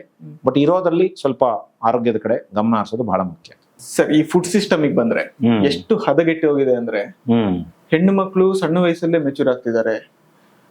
ಈ ನೂಡಲ್ಸ್, ಪಾಸ್ತಾ, ಫ್ರೈಡ್ ರೈಸ್ ಇವುಗಳಿಂದ ಸಣ್ಣ ಮಕ್ಕಳ ಮೇಲೆ ತುಂಬಾ ಪ್ರಭಾವ ಬೀರ್ತಿದೆ. ಹೇಗೆ ಮೇಂಟೈನ್ ಮಾಡೋದು ಫುಡ್ ಇದನ್ನ? ಅದೇ basically everything drops down to one thing, life style ಅಂತ ಕರಿತೀವಿ. ಸೊ ಏನಾಗಿದೆ ಅಂದ್ರೆ ಆ ಲೈಫ್ ಸ್ಟೈಲ್ ಅನ್ನೋ ಒಂದು ಕಾನ್ಸೆಪ್ಟ್ ಜನಕ್ಕೆ ಅರ್ಥ ಆಗ್ತಾ ಇಲ್ಲ. ಇದ್ಯಾವುದೋ ಸ್ಪೆಸಿಫಿಕ್ ಫುಡ್ ಬಗ್ಗೆ ನಾವು ಮಾತಾಡೋದ್ರಲ್ಲಿ ಅರ್ಥ ಇಲ್ಲ. At the end of the day noodles ಇರ್ಬೋದು, ಪಾಸ್ತಾ ಇರ್ಬೋದು, ಇನ್ನೊಂದು ಇರ್ಬೋದು, ಅದ್ರ ಬಗ್ಗೆ ನಾವು ಮಾತಾಡೋದ್ರಲ್ಲಿ ಅರ್ಥ ಇಲ್ಲ. ಯಾಕೆ ಅಂತಂತಂದ್ರೆ it is not specific food, it is balanced food ಇಲ್ದಲೇ ಇರೋದು. So lack of that balanced meal. ಆಮೇಲೆ ಮೀಲ್ ತಗೊಂಡ ಮೇಲೆ ನಾವು ಆ ಕ್ಯಾಲೋರೀಸ್ನ ಹೇಗೆ ಕಟ್ ಡೌನ್ ಮಾಡಬೇಕು, ಆ ಕ್ಯಾಲೋರೀಸ್ನ ಹೇಗೆ ಬರ್ನ್ ಮಾಡಬೇಕು, ಈ ಕಾನ್ಸೆಪ್ಟ್ ಇಲ್ದಲೇ ಇರೋದೇ ಪ್ರಾಬ್ಲಮ್ ಆಗಿರೋದು. ಈಗ ಫಾರ್ ಎಕ್ಸಾಂಪಲ್, ಈಗ ಈಗ ಈಗ ನೀವು ಪಾಸ್ತಾ ಅಂತ ಹೇಳಿದ್ರೆ ಅದಕ್ಕೆ ಮಾತಾಡ್ತೀನಿ. Pasta is made of what? Noodles made of what? Maida. ಬೇರೆ ಕಂಡು ಇಟಾಲಿಗೆ ಹೋದ್ರೆ ಅಲ್ಲೇ pasta is not made of maida, it is made of whole grains. ಅರ್ಥ ಆಯ್ತಾ? ಇಲ್ಲಿ ಅದಿಲ್ಲ ಕಾನ್ಸೆಪ್ಟ್. ಚೀಪ್ ಅಂಡ್ ಬೆಸ್ಟ್ ಬೇಕಲ್ಲ. ಈಗ ಬ್ರೆಡ್, ಈಗ ಬಹಳಷ್ಟು ಜನ ನಾವು ವೆಸ್ಟರ್ನ್ ಕಂಟ್ರೀಸ್ ಅಲ್ಲೆಲ್ಲ ಬರೀ ಬ್ರೆಡ್ ತಿನ್ಕೊಂಡು ಜೀವನ ಮಾಡ್ತಾರೆ ಅಂತ ನೀವು ನನ್ಗೆ ವಾದ ಮಾಡ್ಬೋದು. ಸರಿ, ಅಲ್ಲಿರೋ ಬ್ರೆಡ್ಗೂ ಇಲ್ಲಿರೋ ಬ್ರೆಡ್ಗೂ ಕಾನ್ಸೆಪ್ಟ್ ಬೇರೆನೇ ಇದೆ. ಇಲ್ಲಿ ಬ್ರೆಡ್ ಪ್ಯೂರ್ಲಿ ಮೇಡ್ ಆಫ್ ಮೈದಾ, ಅಲ್ಲಿ ಹಂಗಿಲ್ಲ. ಅಲ್ಲೇ ಬ್ರೆಡ್ ಬೇರೆ, ಅಲ್ಲಿ ಹೋಲ್ ಗ್ರೈನ್ಸ್ ಮಾಡಿ ಮನೆಯಲ್ಲಿ ಮಾಡ್ತಾರ ಅವರು. ನಾವಿಲ್ಲಿ ಚಪಾತಿ ಮಾಡ್ದಂಗೆ ಮಾಡ್ತಾರ ಅವರು. ಪಿಜ್ಜಾ ಬೇಸು ನಮ್ಮಲ್ಲೆಲ್ಲ ಮಾಡ್ತಕ್ಕಂಥದ್ದು completely maida. Because it is cheap and best. ನಾವೆಲ್ಲ ಚೀಪ್ ಕೇಳ್ತೀವಲ್ಲ. ಹೌದು. ನಮ್ಗೆ ಈಗ ಬ್ರೆಡ್ 5 ರೂಪಾಯಿಗೆ 10 ರೂಪಾಯಿಗೆ ಬ್ರೆಡ್ ಬಂದೋಗ್ಬಿಡ್ಬೇಕು. ಚೀಪು ಬೇಕು, ಟೇಸ್ಟ್ ಬೇಕು. ಬಟ್ ಅಲ್ಲೇ ಹಂಗಲ್ಲ. ನೀವು ಒಂದು ಪೌಂಡ್ ಬ್ರೆಡ್ ತಗೋಬೇಕಂದ್ರೆ 250 ರೂಪಾಯಿ, 300 ರೂಪಾಯಿ, 500 ತನಕ ಎಲ್ಲ ಹೊರಟೋಗ್ತದೆ. ಒಂದು ಲೋಫ್ ಆಫ್ ಬ್ರೆಡ್ ಅಂತ ಕರೀತಾರಲ್ಲಿ, ಅವೆಲ್ಲ ಎಕ್ಸ್ಪೆನ್ಸಿವ್ ಇರ್ತದೆ. $10, $50 ಈ ತರ ಬರ್ತದೆ. ನಾವ್ ಅದೆಲ್ಲ ಬರೀ $1 ಎಲ್ಲ ಬೇಕು ಅಂದಾಗ ಏನಾಗೋಗುತ್ತೆ, ಸೊ ಆಬ್ವಿಯಸ್ಲಿ ಪಾಪ ಅವರು ಸೇಲ್ ಮಾಡೋರು ಅವ್ರಿಗೂ ಪ್ರಾಫಿಟ್ ಇಟ್ಕೋಬೇಕಲ್ಲ. ಅಲ್ಲಿ ಅಡಲ್ಟ್ರೇಷನ್ ಶುರು ಆಗುತ್ತೆ. ಸೊ ಅದನ್ನ ಎವ್ರಿ ಡೇ ನೀವು ತಗೋತಾ ಇದ್ರೆ it is going to be a problem. So processed food, refined carbs ಇಂತ ನಾವೇನು ಡಿಸ್ಕಸ್ ಮಾಡ್ತೀವಿ, ಇದೆಲ್ಲದನ್ನು ಮುಂಚೆ ಎಲ್ಲ ಏನಿತ್ತು, ಅಕೇಶನಲಿ ತಗೋತಾ ಇದ್ರು. ಮುಂಚೆ ಎಲ್ಲ ನಮ್ಮ ಹಿರಿಯರು ತಗೊಂಡಿರ್ತಾರೆ, ಅವರು ಎಲ್ಲ ರೆಗ್ಯುಲರ್ ಆಗಿ ಫುಡ್ ತಗೊಳ್ಳೋರು. ಬಟ್ ಅಕೇಶನಲಿ ಇಟ್ಕೊಳೋರು ಇವೆಲ್ಲ. ಮೈದಾ ಗೀದ ಎಲ್ಲ ಪಾಪ ನಮ್ ತಾತಂಗ್ ಗೊತ್ತೇ ಇರ್ಲಿಲ್ಲ. ಹೌದಾ? ಈಗ ಡೈಲಿ ಮೈದಾ ತಿಂತಾರೆ ನಮ್ ಜನ. ಸೊ ಏನ್ ಮಾಡ್ತಾರೆ, ವಾಕಿಂಗ್ ಹೋಗಿ ಬರ್ತಾರೆ, ಬಿಸ್ಕೆಟ್, ಮಾರಿಗೋಲ್ಡ್ ಬಿಸ್ಕೆಟ್ ಅಂತ ತಿಂತಾರೆ. ಏನದು marigold biscuit? What is it made of? Any biscuit for that matter, it is made of 3 important things. ಮೊದಲನೇದು ಮೈದಾ. ನೀವೇನೇ ವೀಟ್ ನಿಮ್ಗೆ ಹಾಕ್ತಿವಿ, ಮಲ್ಟಿಗ್ರೈನು ಎಲ್ಲ ಬೋಗಸ್. ಇದೆಲ್ಲ marketing strategies. It is you can't make a biscuit without maida. Take it from. So because the regular process ನಾವೇನ್ ಮಾಡ್ತೀವಿ ಅದರಲ್ಲಿ, so it is made of refined flour, that is maida, refined sugar, that is sakre, and refined oil, which is palm oil. All 3 things are extremely dangerous. So ನಮ್ಮ ಬಾಡಿಗೆ ಅದು ಹೋದಾಗ ಏನಾಗುತ್ತೆ, insulin spike ಆಗುತ್ತೆ. ಪದೇ ಇನ್ಸುಲಿನ್. ಈಗ ಬೆಳಗ್ಗೆ ನಾನು ಹೇಳದ್ನಲ್ಲ, ಸೊ ಹಾಲು ಕುಡಿಸಿದ್ರಿ, ಹಾರ್ಲಿಕ್ಸ್ ಹಾಕಿ ಜೊತೆಗೆ ಬಿಸ್ಕೆಟ್ ತಿನ್ಸಿದ್ರಿ, ಇನ್ಸುಲಿನ್ ಸ್ಪೈಕ್ ಆಯ್ತು. ಅದು ಇಳಿಯೋ ಅಷ್ಟರಲ್ಲಿ ತಿಂಡಿ ಬಂದ್ಬಿಡ್ತು, ಅಲ್ಲೂ ಮತ್ತೆ ಶುಗರ್ ರೈಸ್ ಆಯ್ತು, ಇನ್ಸುಲಿನ್ ಸ್ಪೈಕ್ ಆಯ್ತು. ಅದು ಇಳಿಯೋ ಅಷ್ಟರಲ್ಲಿ ಮತ್ತೆ ಸ್ನ್ಯಾಕ್ಸ್ ಬಂತು, ಅದನ್ನು ಕಾರ್ಬ್ಸೆ, ಅದನ್ನು ಕೂಡ ಮತ್ತೆ ಇನ್ಸುಲಿನ್ ಹೈ ಇಡ್ತು, ಶುಗರ್ ಹೈ ಇಡ್ತು. ಮತ್ತೆ ಮಧ್ಯಾಹ್ನ ಲಂಚ್ ಬಂತು, ಮತ್ತೆ ಈವ್ನಿಂಗ್ ಸ್ನ್ಯಾಕ್ಸ್ ಬಂತು, ಮತ್ತೆ night. So all the foods are made of 90% carbs. ಇದರಿಂದ ಏನಾಗಿದೆ, ಇನ್ಸುಲಿನ್ ಹೈಯೇ ಉಳ್ಕೊಂಡ್ಬಿಡುತ್ತೆ. ಸೊ ಹೈ ಉಳ್ಕೊಂಡಾಗ ಏನಾಗೋಗುತ್ತೆ, ಕಾಲಕ್ರಮೇಣ ಇನ್ಸುಲಿನ್ ರೆಸಿಸ್ಟೆನ್ಸ್ ಆಗುತ್ತೆ. ಅದೇನೇ ಮೆಟಬಾಲಿಕ್ ಸಿಂಡ್ರೋಮ್ ಅಂತ ನಾವೇನ್ ಕರಿತೀವಿ. ನಾನು ಅದನ್ನ ಸೋಮಾರಿತನದ ಕಾಯಿಲೆಗಳು ಅಂತ ಕರಿತೀವಿ. ಅದಕ್ಕೆ ಮಕ್ಕಳಲ್ಲೆಲ್ಲ PCOD ಇಶ್ಯೂಸ್ ಆಗ್ತಾ ಇದೆ, ಇನ್ಫರ್ಟಿಲಿಟಿ ಇಶ್ಯೂಸ್ ಆಗ್ತಾ ಇದೆ. ಮುಂಚೆ ಇರ್ಲಿಲ್ವಾ ಇನ್ಫರ್ಟಿಲಿಟಿ? ಇತ್ತು ಮುಂಚೆಯಿಂದ. ಬಟ್ ಅವಾಗ ಜೀವನ ಶೈಲಿಯಿಂದ ಇನ್ಫರ್ಟಿಲಿಟಿ ಆಗ್ತಾ ಇರ್ಲಿಲ್ಲ. ಅವಾಗ ಜೆನೆಟಿಕ್ ಕಾರಣಗಳು, ಬೇರೆ ಕಾರಣಗಳಿಂದ ಇನ್ಫರ್ಟಿಲಿಟಿ ಆಗೋದು. ಈಗ ಅದು ಇದೆ ಅದು ಜೆನೆಟಿಕ್ಕು ಇದೆ. ಅದರ ಜೊತೆಗೆ ಇವು ಆಡ್ ಆನ್ ಆಗಿದಾವೆ, ಅದಕ್ಕೆ ಜಾಸ್ತಿ ಆಗಿದೆ. ಈಗ ಮಕ್ಕಳಾಗ್ದಲೇ ಬಂಜೆತನ ಎಲ್ಲ ಅವಾಗ ಯಾರಿಗೋ ಒಬ್ಬೊಬ್ರಿಗೆ ಆಗೋದಲ್ವಾ. ಈಗ ಮನೆಗೆ ಒಬ್ಬೊಬ್ರಿಗೆ ಆಗಿದ್ರೆ ನಿಮ್ ನೆಂಟ್ರಲ್ಲೇ ಸುತ್ತಮುತ್ತ ಇರ್ತಾರೆ ನೋಡಿ, ಇನ್ಫರ್ಟಿಲಿಟಿ ಟ್ರೀಟ್ಮೆಂಟ್ ತಗೊಳ್ತಾ ಇರೋರು. ನಿಜ. ಹೌದಾ? ಸಾಫ್ಟ್ವೇರ್ ಇಂಜಿನಿಯರ್ಸ್ ಇರ್ಬೋದು, ಡಾಕ್ಟರ್ಸ್ ಇರ್ಬೋದು, ಅಥವಾ ರೈತರು ಇರ್ಬೋದು. ರೈತರು ಈಗ ಇನ್ಫರ್ಟಿಲಿಟಿ ಟ್ರೀಟ್ಮೆಂಟ್ ಹಳ್ಳಿಗಳಿಂದೆಲ್ಲ ಬರ್ತಾರೆ ಇನ್ಫರ್ಟಿಲಿಟಿ ಟ್ರೀಟ್ಮೆಂಟ್ಗೆ. ಯಾಕೆ? Life style. ಓಕೆ. ಆಮೇಲೆ ಬಹಳ ಬೇಗ ಮಕ್ಕಳು ಮೆಚೋರ್ ಆಗ್ತಾರೆ ಅಂತ ಹೇಳ್ತಾ ಇದ್ದೀರಿ. ಯಾಕೆ ಆಗ್ತಾ ಇದೆ? Life style again. ಊಟದಾಗಿಂದನೇ ಸರಿಗಳು ಕೊಡ್ತಾರೆ, ಎಲ್ಲ ಏನೇನೇನೇನೋ ಎಲ್ಲ ಹೈ ಕಾರ್ಬ್ ಫುಡ್ ಕೊಡ್ತಾರೆ, ಫೈಬರೇ ಇಲ್ಲ, ಪ್ರೋಟೀನೇ ಇಲ್ಲ. ಇದರಿಂದ ಏನಾಗೋಗುತ್ತೆ? ಹಾರ್ಮೋನಲ್ ವೇರಿಯೇಷನ್ಸ್ ಬಹಳಷ್ಟು ಆಗುತ್ತೆ. ಸೊ ಎಲ್ಲ ಹಾರ್ಮೋನಲ್ ವೇರಿಯೇಷನ್ಸ್ ಆಗಿ ಸಮಸ್ಯೆ ಆಗುತ್ತೆ. So that is very clear. It's all life style. Sir, ಇಷ್ಟೆಲ್ಲ ಫುಡ್ ಮೇಂಟೈನ್ ಮಾಡಬೇಕು, ಇಂಥದ್ದನ್ನ ಅವಾಯ್ಡ್ ಮಾಡಬೇಕು, ಇಷ್ಟೆಲ್ಲ ಹೇಳಿದ್ರಿ. ಈಗ ನನಗೆ ನೀವು ಸಜೆಷನ್ ಕೊಡೋದಾದ್ರೆ, ನಾನು ಬೆಳಿಗ್ಗೆಯಿಂದ ರಾತ್ರಿ ತನಕ ಏನೇನ್ ತಿಂದ್ರೆ ಉತ್ತಮ? ಏನಿಲ್ಲ, ತುಂಬಾ ನಾವು ಕಾಂಪ್ಲಿಕೇಟ್ ಮಾಡ್ಕೊಂಡ್ಬಿಟ್ಟಿದೀವಿ ಫುಡ್ನ. ಅದಂಗೆ ಹಿಂಗೆ ಅದು ಆ ಥರ ಈ ಥರ. Keep it simple. Always. For example, ಈಗ ನಮ್ಮ ಯಾರೇ ಸೆಲೆಬ್ರಿಟೀಸ್ ತಗೊಳ್ಳಿ, they have kept there food very very simple. ಈಗ ಅಕ್ಷಯ್ ಖನ್ನಾ ಮಾತಾಡ್ತಾರೆ, ಶಾರುಖ್ ಖಾನ್ ಮಾತಾಡ್ತಾರೆ, ನಮ್ಮ ಬೌಚಿಂಗ್ ಬುಟಿಯಾ ಮಾತಾಡ್ತಾರೆ, ನಮ್ಮ ವಿರಾಟ್ ಕೊಹ್ಲಿ ಮಾತಾಡ್ತಾರೆ. They have kept everything very simple ರೀ. ನೀವು ಅಷ್ಟೇ keep it simple. What I would say, your food should be local. So your thought process should be global. ಅರ್ಥ ಆಯ್ತಾ? ನಿಮ್ಮ ಆಹಾರ, ನಿಮ್ಮ ಜೀವನ ಶೈಲಿ ಯಾವತ್ತೂ ಲೋಕಲ್ ಇರಬೇಕು. Go local. Go for regular whole grains ಮತ್ತೆ ಬ್ಯಾಲೆನ್ಸ್ಡ್ ಮೀಲ್ ತಗೊಳ್ಳಿ. ಈಗ ನಮ್ಮ ತಾತ ಏನ್ ತಿಂತಾ ಇದ್ದ ಅವನು? ಅವನ ಒಂದು ಏನೋ ಕೆಲಸ ಇತ್ತು, ಅದಕ್ಕೆ ತಕ್ಕನಾಗಿ ಊಟ ಮಾಡೋರು ಅವರು. ಬಹಳ ಮೋನೋಟೋನಸ್ ಫುಡ್ ಅವರು. ವೆರೈಟಿ ಇರ್ಲಿಲ್ಲ. ಅರ್ಥ ಆಯ್ತಾ? ಮುದ್ದೆ ಜೊತೆ ಕಾಳುಗಳು, ಬಸ್ಸಾರು, ತರಕಾರಿ ಸಾರು, ಬೇಳೆ ಸಾರು, ಸಿಂಪಲ್. ಅದ್ರ ಜೊತೆ ಒಂದು ಮೊಸರು, ಮಜ್ಜಿಗೆ, ತುಪ್ಪ, ಹಪ್ಪಳ, ಸಿಂಪಲ್. ಸ್ವಲ್ಪ ಬೇಕಿದ್ರೆ ಅನ್ನ, ಇಲ್ಲಾಂದ್ರೆ ಅನ್ನವೇ ಇಲ್ಲ, ಅಂಬ್ಲಿ. ಸೊ ಎಲ್ಲ ಬರೀ ಏನಾಗ್ತಾ ಇತ್ತು, ಈ ತರದ ಒಂದು ಮೋನೋಟೋನಸ್ ಫುಡ್ ಇತ್ತು ಅವ್ರದ್ದು. ನಮ್ದು ಇವತ್ತು ತಿಂದಿರೋ ಫುಡ್ ನಾಳೆ ತಿನ್ನಲ್ಲ ನಾವು. ಒಂದು ವಾರನೂ ವೆರೈಟಿ ಬೇಕು. ಆ ವೆರೈಟಿ ಫುಡ್ ಇಂದ ಏನಾಗೋಗುತ್ತೆ, ನಾವು ಬೇರೆ ಇಂಗ್ರೀಡಿಯೆಂಟ್ಸ್ ಯೂಸ್ ಮಾಡ್ಕೊಂಡು ಬ್ಯಾಲೆನ್ಸ್ ಹೋಗ್ಬಿಟ್ಟಿದೆ. ನಮ್ಮ ಫುಡ್ದು ಬ್ಯಾಲೆನ್ಸ್ ಹೋಗ್ಬಿಟ್ಟಿದೆ, ಇಂಬ್ಯಾಲೆನ್ಸ್ ಆಗ್ಬಿಟ್ಟಿದೆ. ಇದರಿಂದ ಪ್ರಾಬ್ಲಮ್ಸ್ ಜಾಸ್ತಿ ಆಗ್ತಾ ಇದೆ.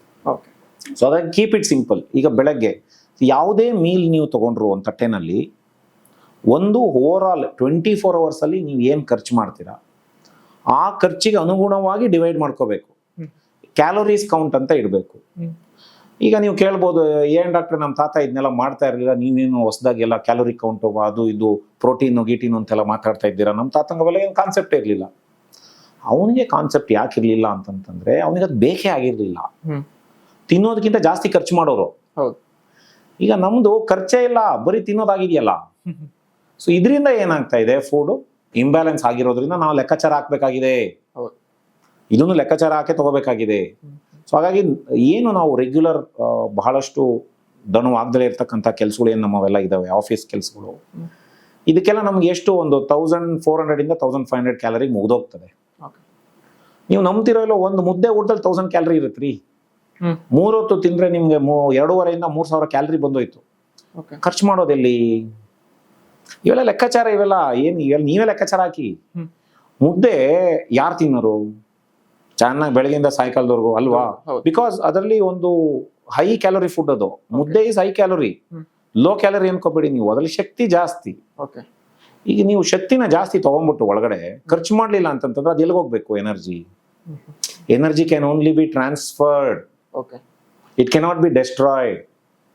ಸೈನ್ಸ್ ಇದು. ಸೊ ಒಳಗಡೆ ಎನರ್ಜಿ ಹೋದ್ರೆ ಎಲ್ಲಿಗೆ ಹೋಗುತ್ತೆ? ಅದು ಫ್ಯಾಟ್ ಆಗಿ ಟ್ರಾನ್ಸ್ಫರ್ ಆಗುತ್ತೆ, ಸ್ಟೋರ್ ಆಗುತ್ತೆ. ಆ ಫ್ಯಾಟ್ ಸ್ಟೋರ್ ಆಗಿ ಯಾಕೆ ಸ್ಟೋರ್ ಆಗುತ್ತೆ ಅಂದ್ರೆ, ಫ್ಯೂಚರಿಗೆ ಬೇಕಾಗ್ಬೋದೇನೋ ಅಂತ ನಮ್ಮ ಶರೀರ ಉಳಿಸ್ಕೊಳುತ್ತದನ್ನ. ಆ ಫ್ಯೂಚರ್ ಬರೋದೇ ಇಲ್ವಲ್ಲ, ದಟ್ ಈಸ್ ದ ಪ್ರಾಬ್ಲಮ್. ಖರ್ಚಾಗೋ ಪರಿಸ್ಥಿತಿ ಬರೋದೇ ಇಲ್ಲ, ಬರೀ ಹೋಗ್ತಲೇ ಇರ್ತದೆ ಒಳಗಡೆ ಎನರ್ಜಿ. ಹೋಗಿ ಫ್ಯಾಟ್ ಸೇರ್ಕೊಂಡು ಬೊಜ್ಜು ಬರ್ತದೆ. ಆ ಬೊಜ್ಜಿಂದ ಎಲ್ಲಾ ತರದ ಕಾಯಿಲೆಗಳು ಬರುತ್ತೆ. ಹಾಗಾಗಿ ಮೀಲ್ ನಮ್ದು ಬ್ಯಾಲೆನ್ಸ್ಡ್ ಇರಬೇಕು. ನಾವು ಒಂದು 1400 ಇಂದ 1500 ಕ್ಯಾಲರಿ ಬೇಕಾದಷ್ಟು ಆಯ್ತು ನಮ್ಮ ರೆಗ್ಯುಲರ್ ಜೀವನಕ್ಕೆ. ಅದರಲ್ಲಿ 25% ಗಿಂತ ಹೆಚ್ಚಿಗೆ ಕಾರ್ಬೋಹೈಡ್ರೇಟ್ಸ್ ತಿನ್ಬಾರ್ದು.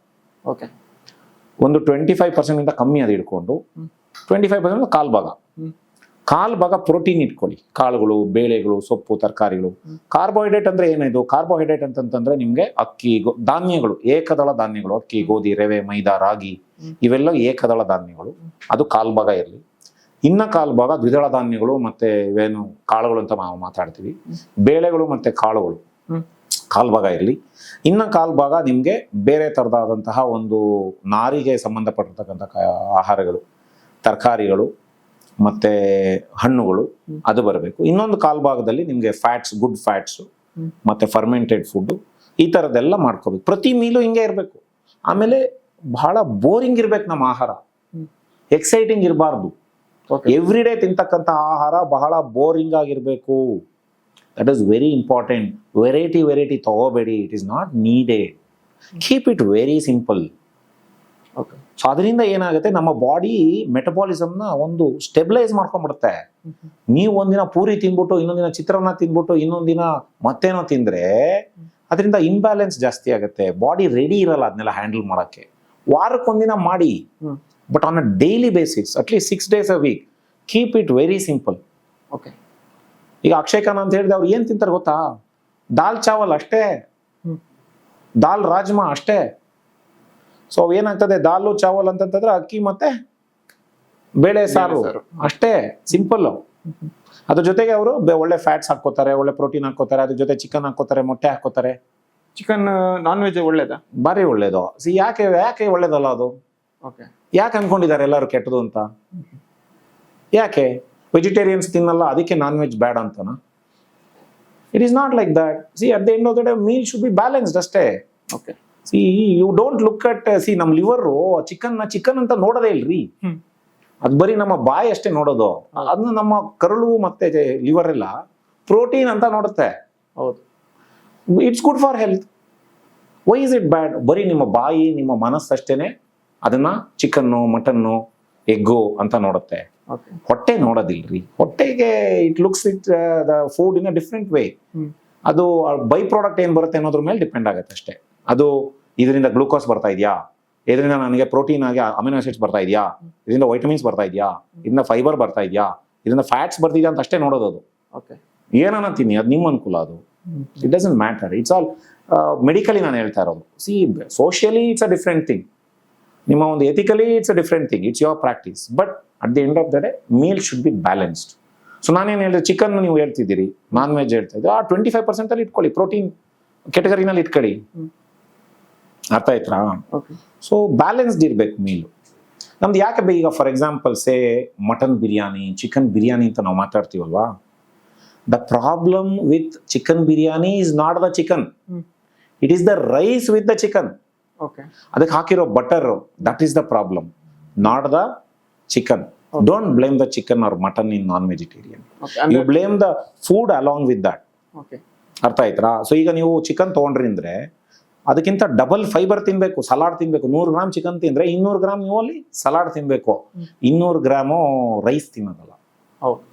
That is the difference between Indian non vegetarian and Korean non vegetarian, Indian non vegetarian and Japanese non vegetarian.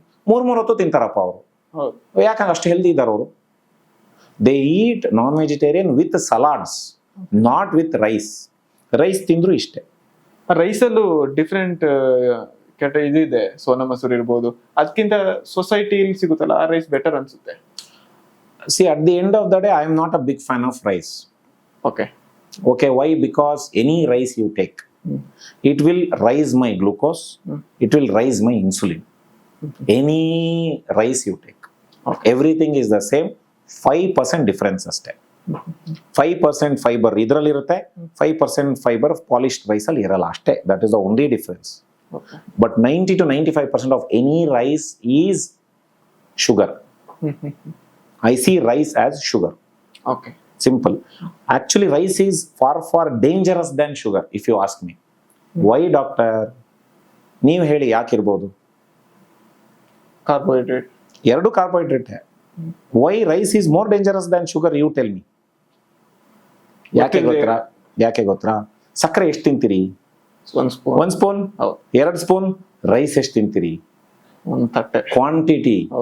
So over all ನಾವು ದಿನದಲ್ಲಿ ಕ್ವಾಂಟಿಟಿ ತಗೊಂಡ್ರೆ 2 ಚಮಚ ಸಕ್ಕರೆ ಹಾಕೊಂಡು ಒಳ್ಳೆ ಕಾಫಿ ಕುಡಿದು ಬಿಡಿ, ತೊಂದರೆನೇ ಇಲ್ಲ. ರೈಸಲ್ಲಿ ಕಟ್ ಡೌನ್ ಮಾಡಿ.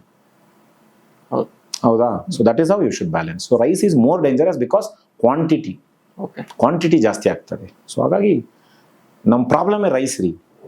Hour problem is not sugar, our problem is not other things, it is rice. So you have to cut down rice. Alcohol ಎಷ್ಟು ಪರಿಣಾಮ ಬೀರುತ್ತೆ? ಅದರಲ್ಲೂ ಕೂಡ ಹುಡುಗರು ಗಂಡಸರು ಆಲ್ಕೋಹಾಲ್ ಕುಡಿಯೋದಕ್ಕೂ ಹೆಂಗಸರು ಕುಡಿಯೋದಕ್ಕೂ ತುಂಬಾ ವ್ಯತ್ಯಾಸ ಇದೆ. ಬಾಡಿಲಿ ಅದೇ ರಿಯಾಕ್ಷನ್ ಬೇರೆ ಬೇರೆನೇ ಇರುತ್ತೆ. ಹೆಂಗಸಿಗೆ ತಡ್ಕೊಳಕ್ಕಾಗಲ್ಲ ಅನ್ನೋ ಮಾತಿದೆ.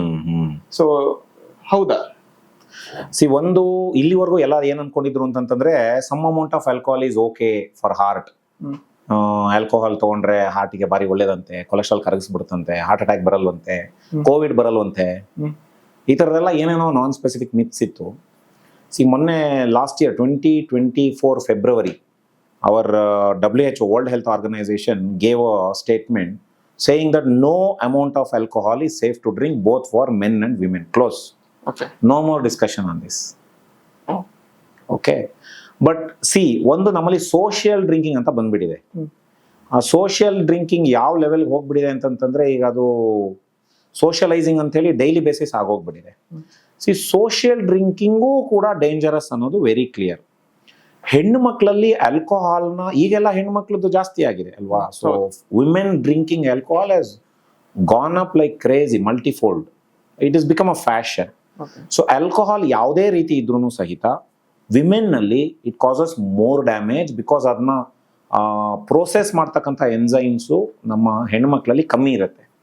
ಸೊ ಹಾಗಾಗಿ ಅವರಿಗೆ ಡ್ಯಾಮೇಜ್ ಆಗ್ತಕ್ಕಂತಹ ಸಾಧ್ಯತೆಗಳು ಗಂಡು ಮಕ್ಳಿಗಿಂತ ತೀರಾ ಜಾಸ್ತಿ, ಆಲ್ಮೋಸ್ಟ್ 5 to 6 fold ಜಾಸ್ತಿ.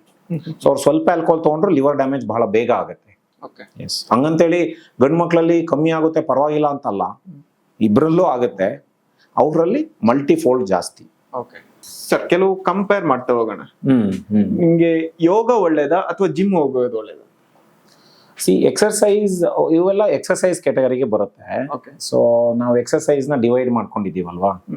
ಒಂದು ಕಾರ್ಡಿಯೋ ಅಂತ ಮಾತಾಡ್ತೀವಿ, ಆಮೇಲೆ ಸ್ಟ್ರೆಂತ್ ಟ್ರೈನಿಂಗ್ ಅಂತ ಮಾತಾಡ್ತೀವಿ, ಯೋಗ ಅಂತ ಮಾತಾಡ್ತೀವಿ, ಪ್ರಾಣಾಯಾಮ ಅಂತ ಮಾತಾಡ್ತೀವಿ. So at the end of the day ಪ್ರತಿಯೊಂದಕ್ಕೂ ಅದರದೇ ಆದಂತಹ ಬೆನಿಫಿಟ್ಸ್ ಇದೆ. ಸೊ ಓವರ್ ಆಲ್ ನೀವು ತಗೊಂಡ್ರೆ your exercise should be mixture of everything. So strength training ಏನೋ ಅಡ್ವಾಂಟೇಜಸ್ ಬೇರೆ ಇದೆ, ಕಾರ್ಡಿಯೋ ಟ್ರೈನಿಂಗ್ ಅಡ್ವಾಂಟೇಜಸ್ ಬೇರೆ ಇದೆ, ಯೋಗದ ಬೇರೆ ಇದೆ, ಪ್ರಾಣಾಯಾಮದ ಬೇರೆ ಇದೆ. ಸೊ ಎಲ್ಲದನ್ನು ಮಾಡೋದು ಒಳ್ಳೇದು, ಎಲ್ಲದನ್ನು ಸ್ವಲ್ಪ ಸ್ವಲ್ಪ. ಬಟ್ ನನಗೆ ಕೇಳಿದ್ರೆ number 1 exercise is strength training. Strength training ಅಂದ್ರೆ ಏನು, ನಾವು ವೆಯ್ಟ್ಸ್ ಮಾಡ್ತಾರಲ್ಲ. ಸೊ ಅದು ಬಾಡಿ ಬೇಸ್ಡ್ ಎಕ್ಸರ್ಸೈಸಸ್ ಇರ್ಬೋದು, ಅಥವಾ ನೀವು ಜಿಮ್ಗೆ ಹೋಗಿ ಅಲ್ಲಿ ವೆಯ್ಟ್ಸ್ ಮಾಡೋದಿರ್ಬೋದು. So to me, if you ask me, body ವೆಯ್ಟ್ನ ಯೂಸ್ ಮಾಡ್ತಕ್ಕಂಥ ಎಕ್ಸರ್ಸೈಸಸ್ಸು ಮೋರ್ ನ್ಯಾಚುರಲ್ ಇರುತ್ತೆ, and I am for it, and that is absolutely fantastic. So number 1 is strength training, number 2 is cardio, number 3 is yoga. Pranayama is not a physical exercise, is more of a mental and breathing exercise.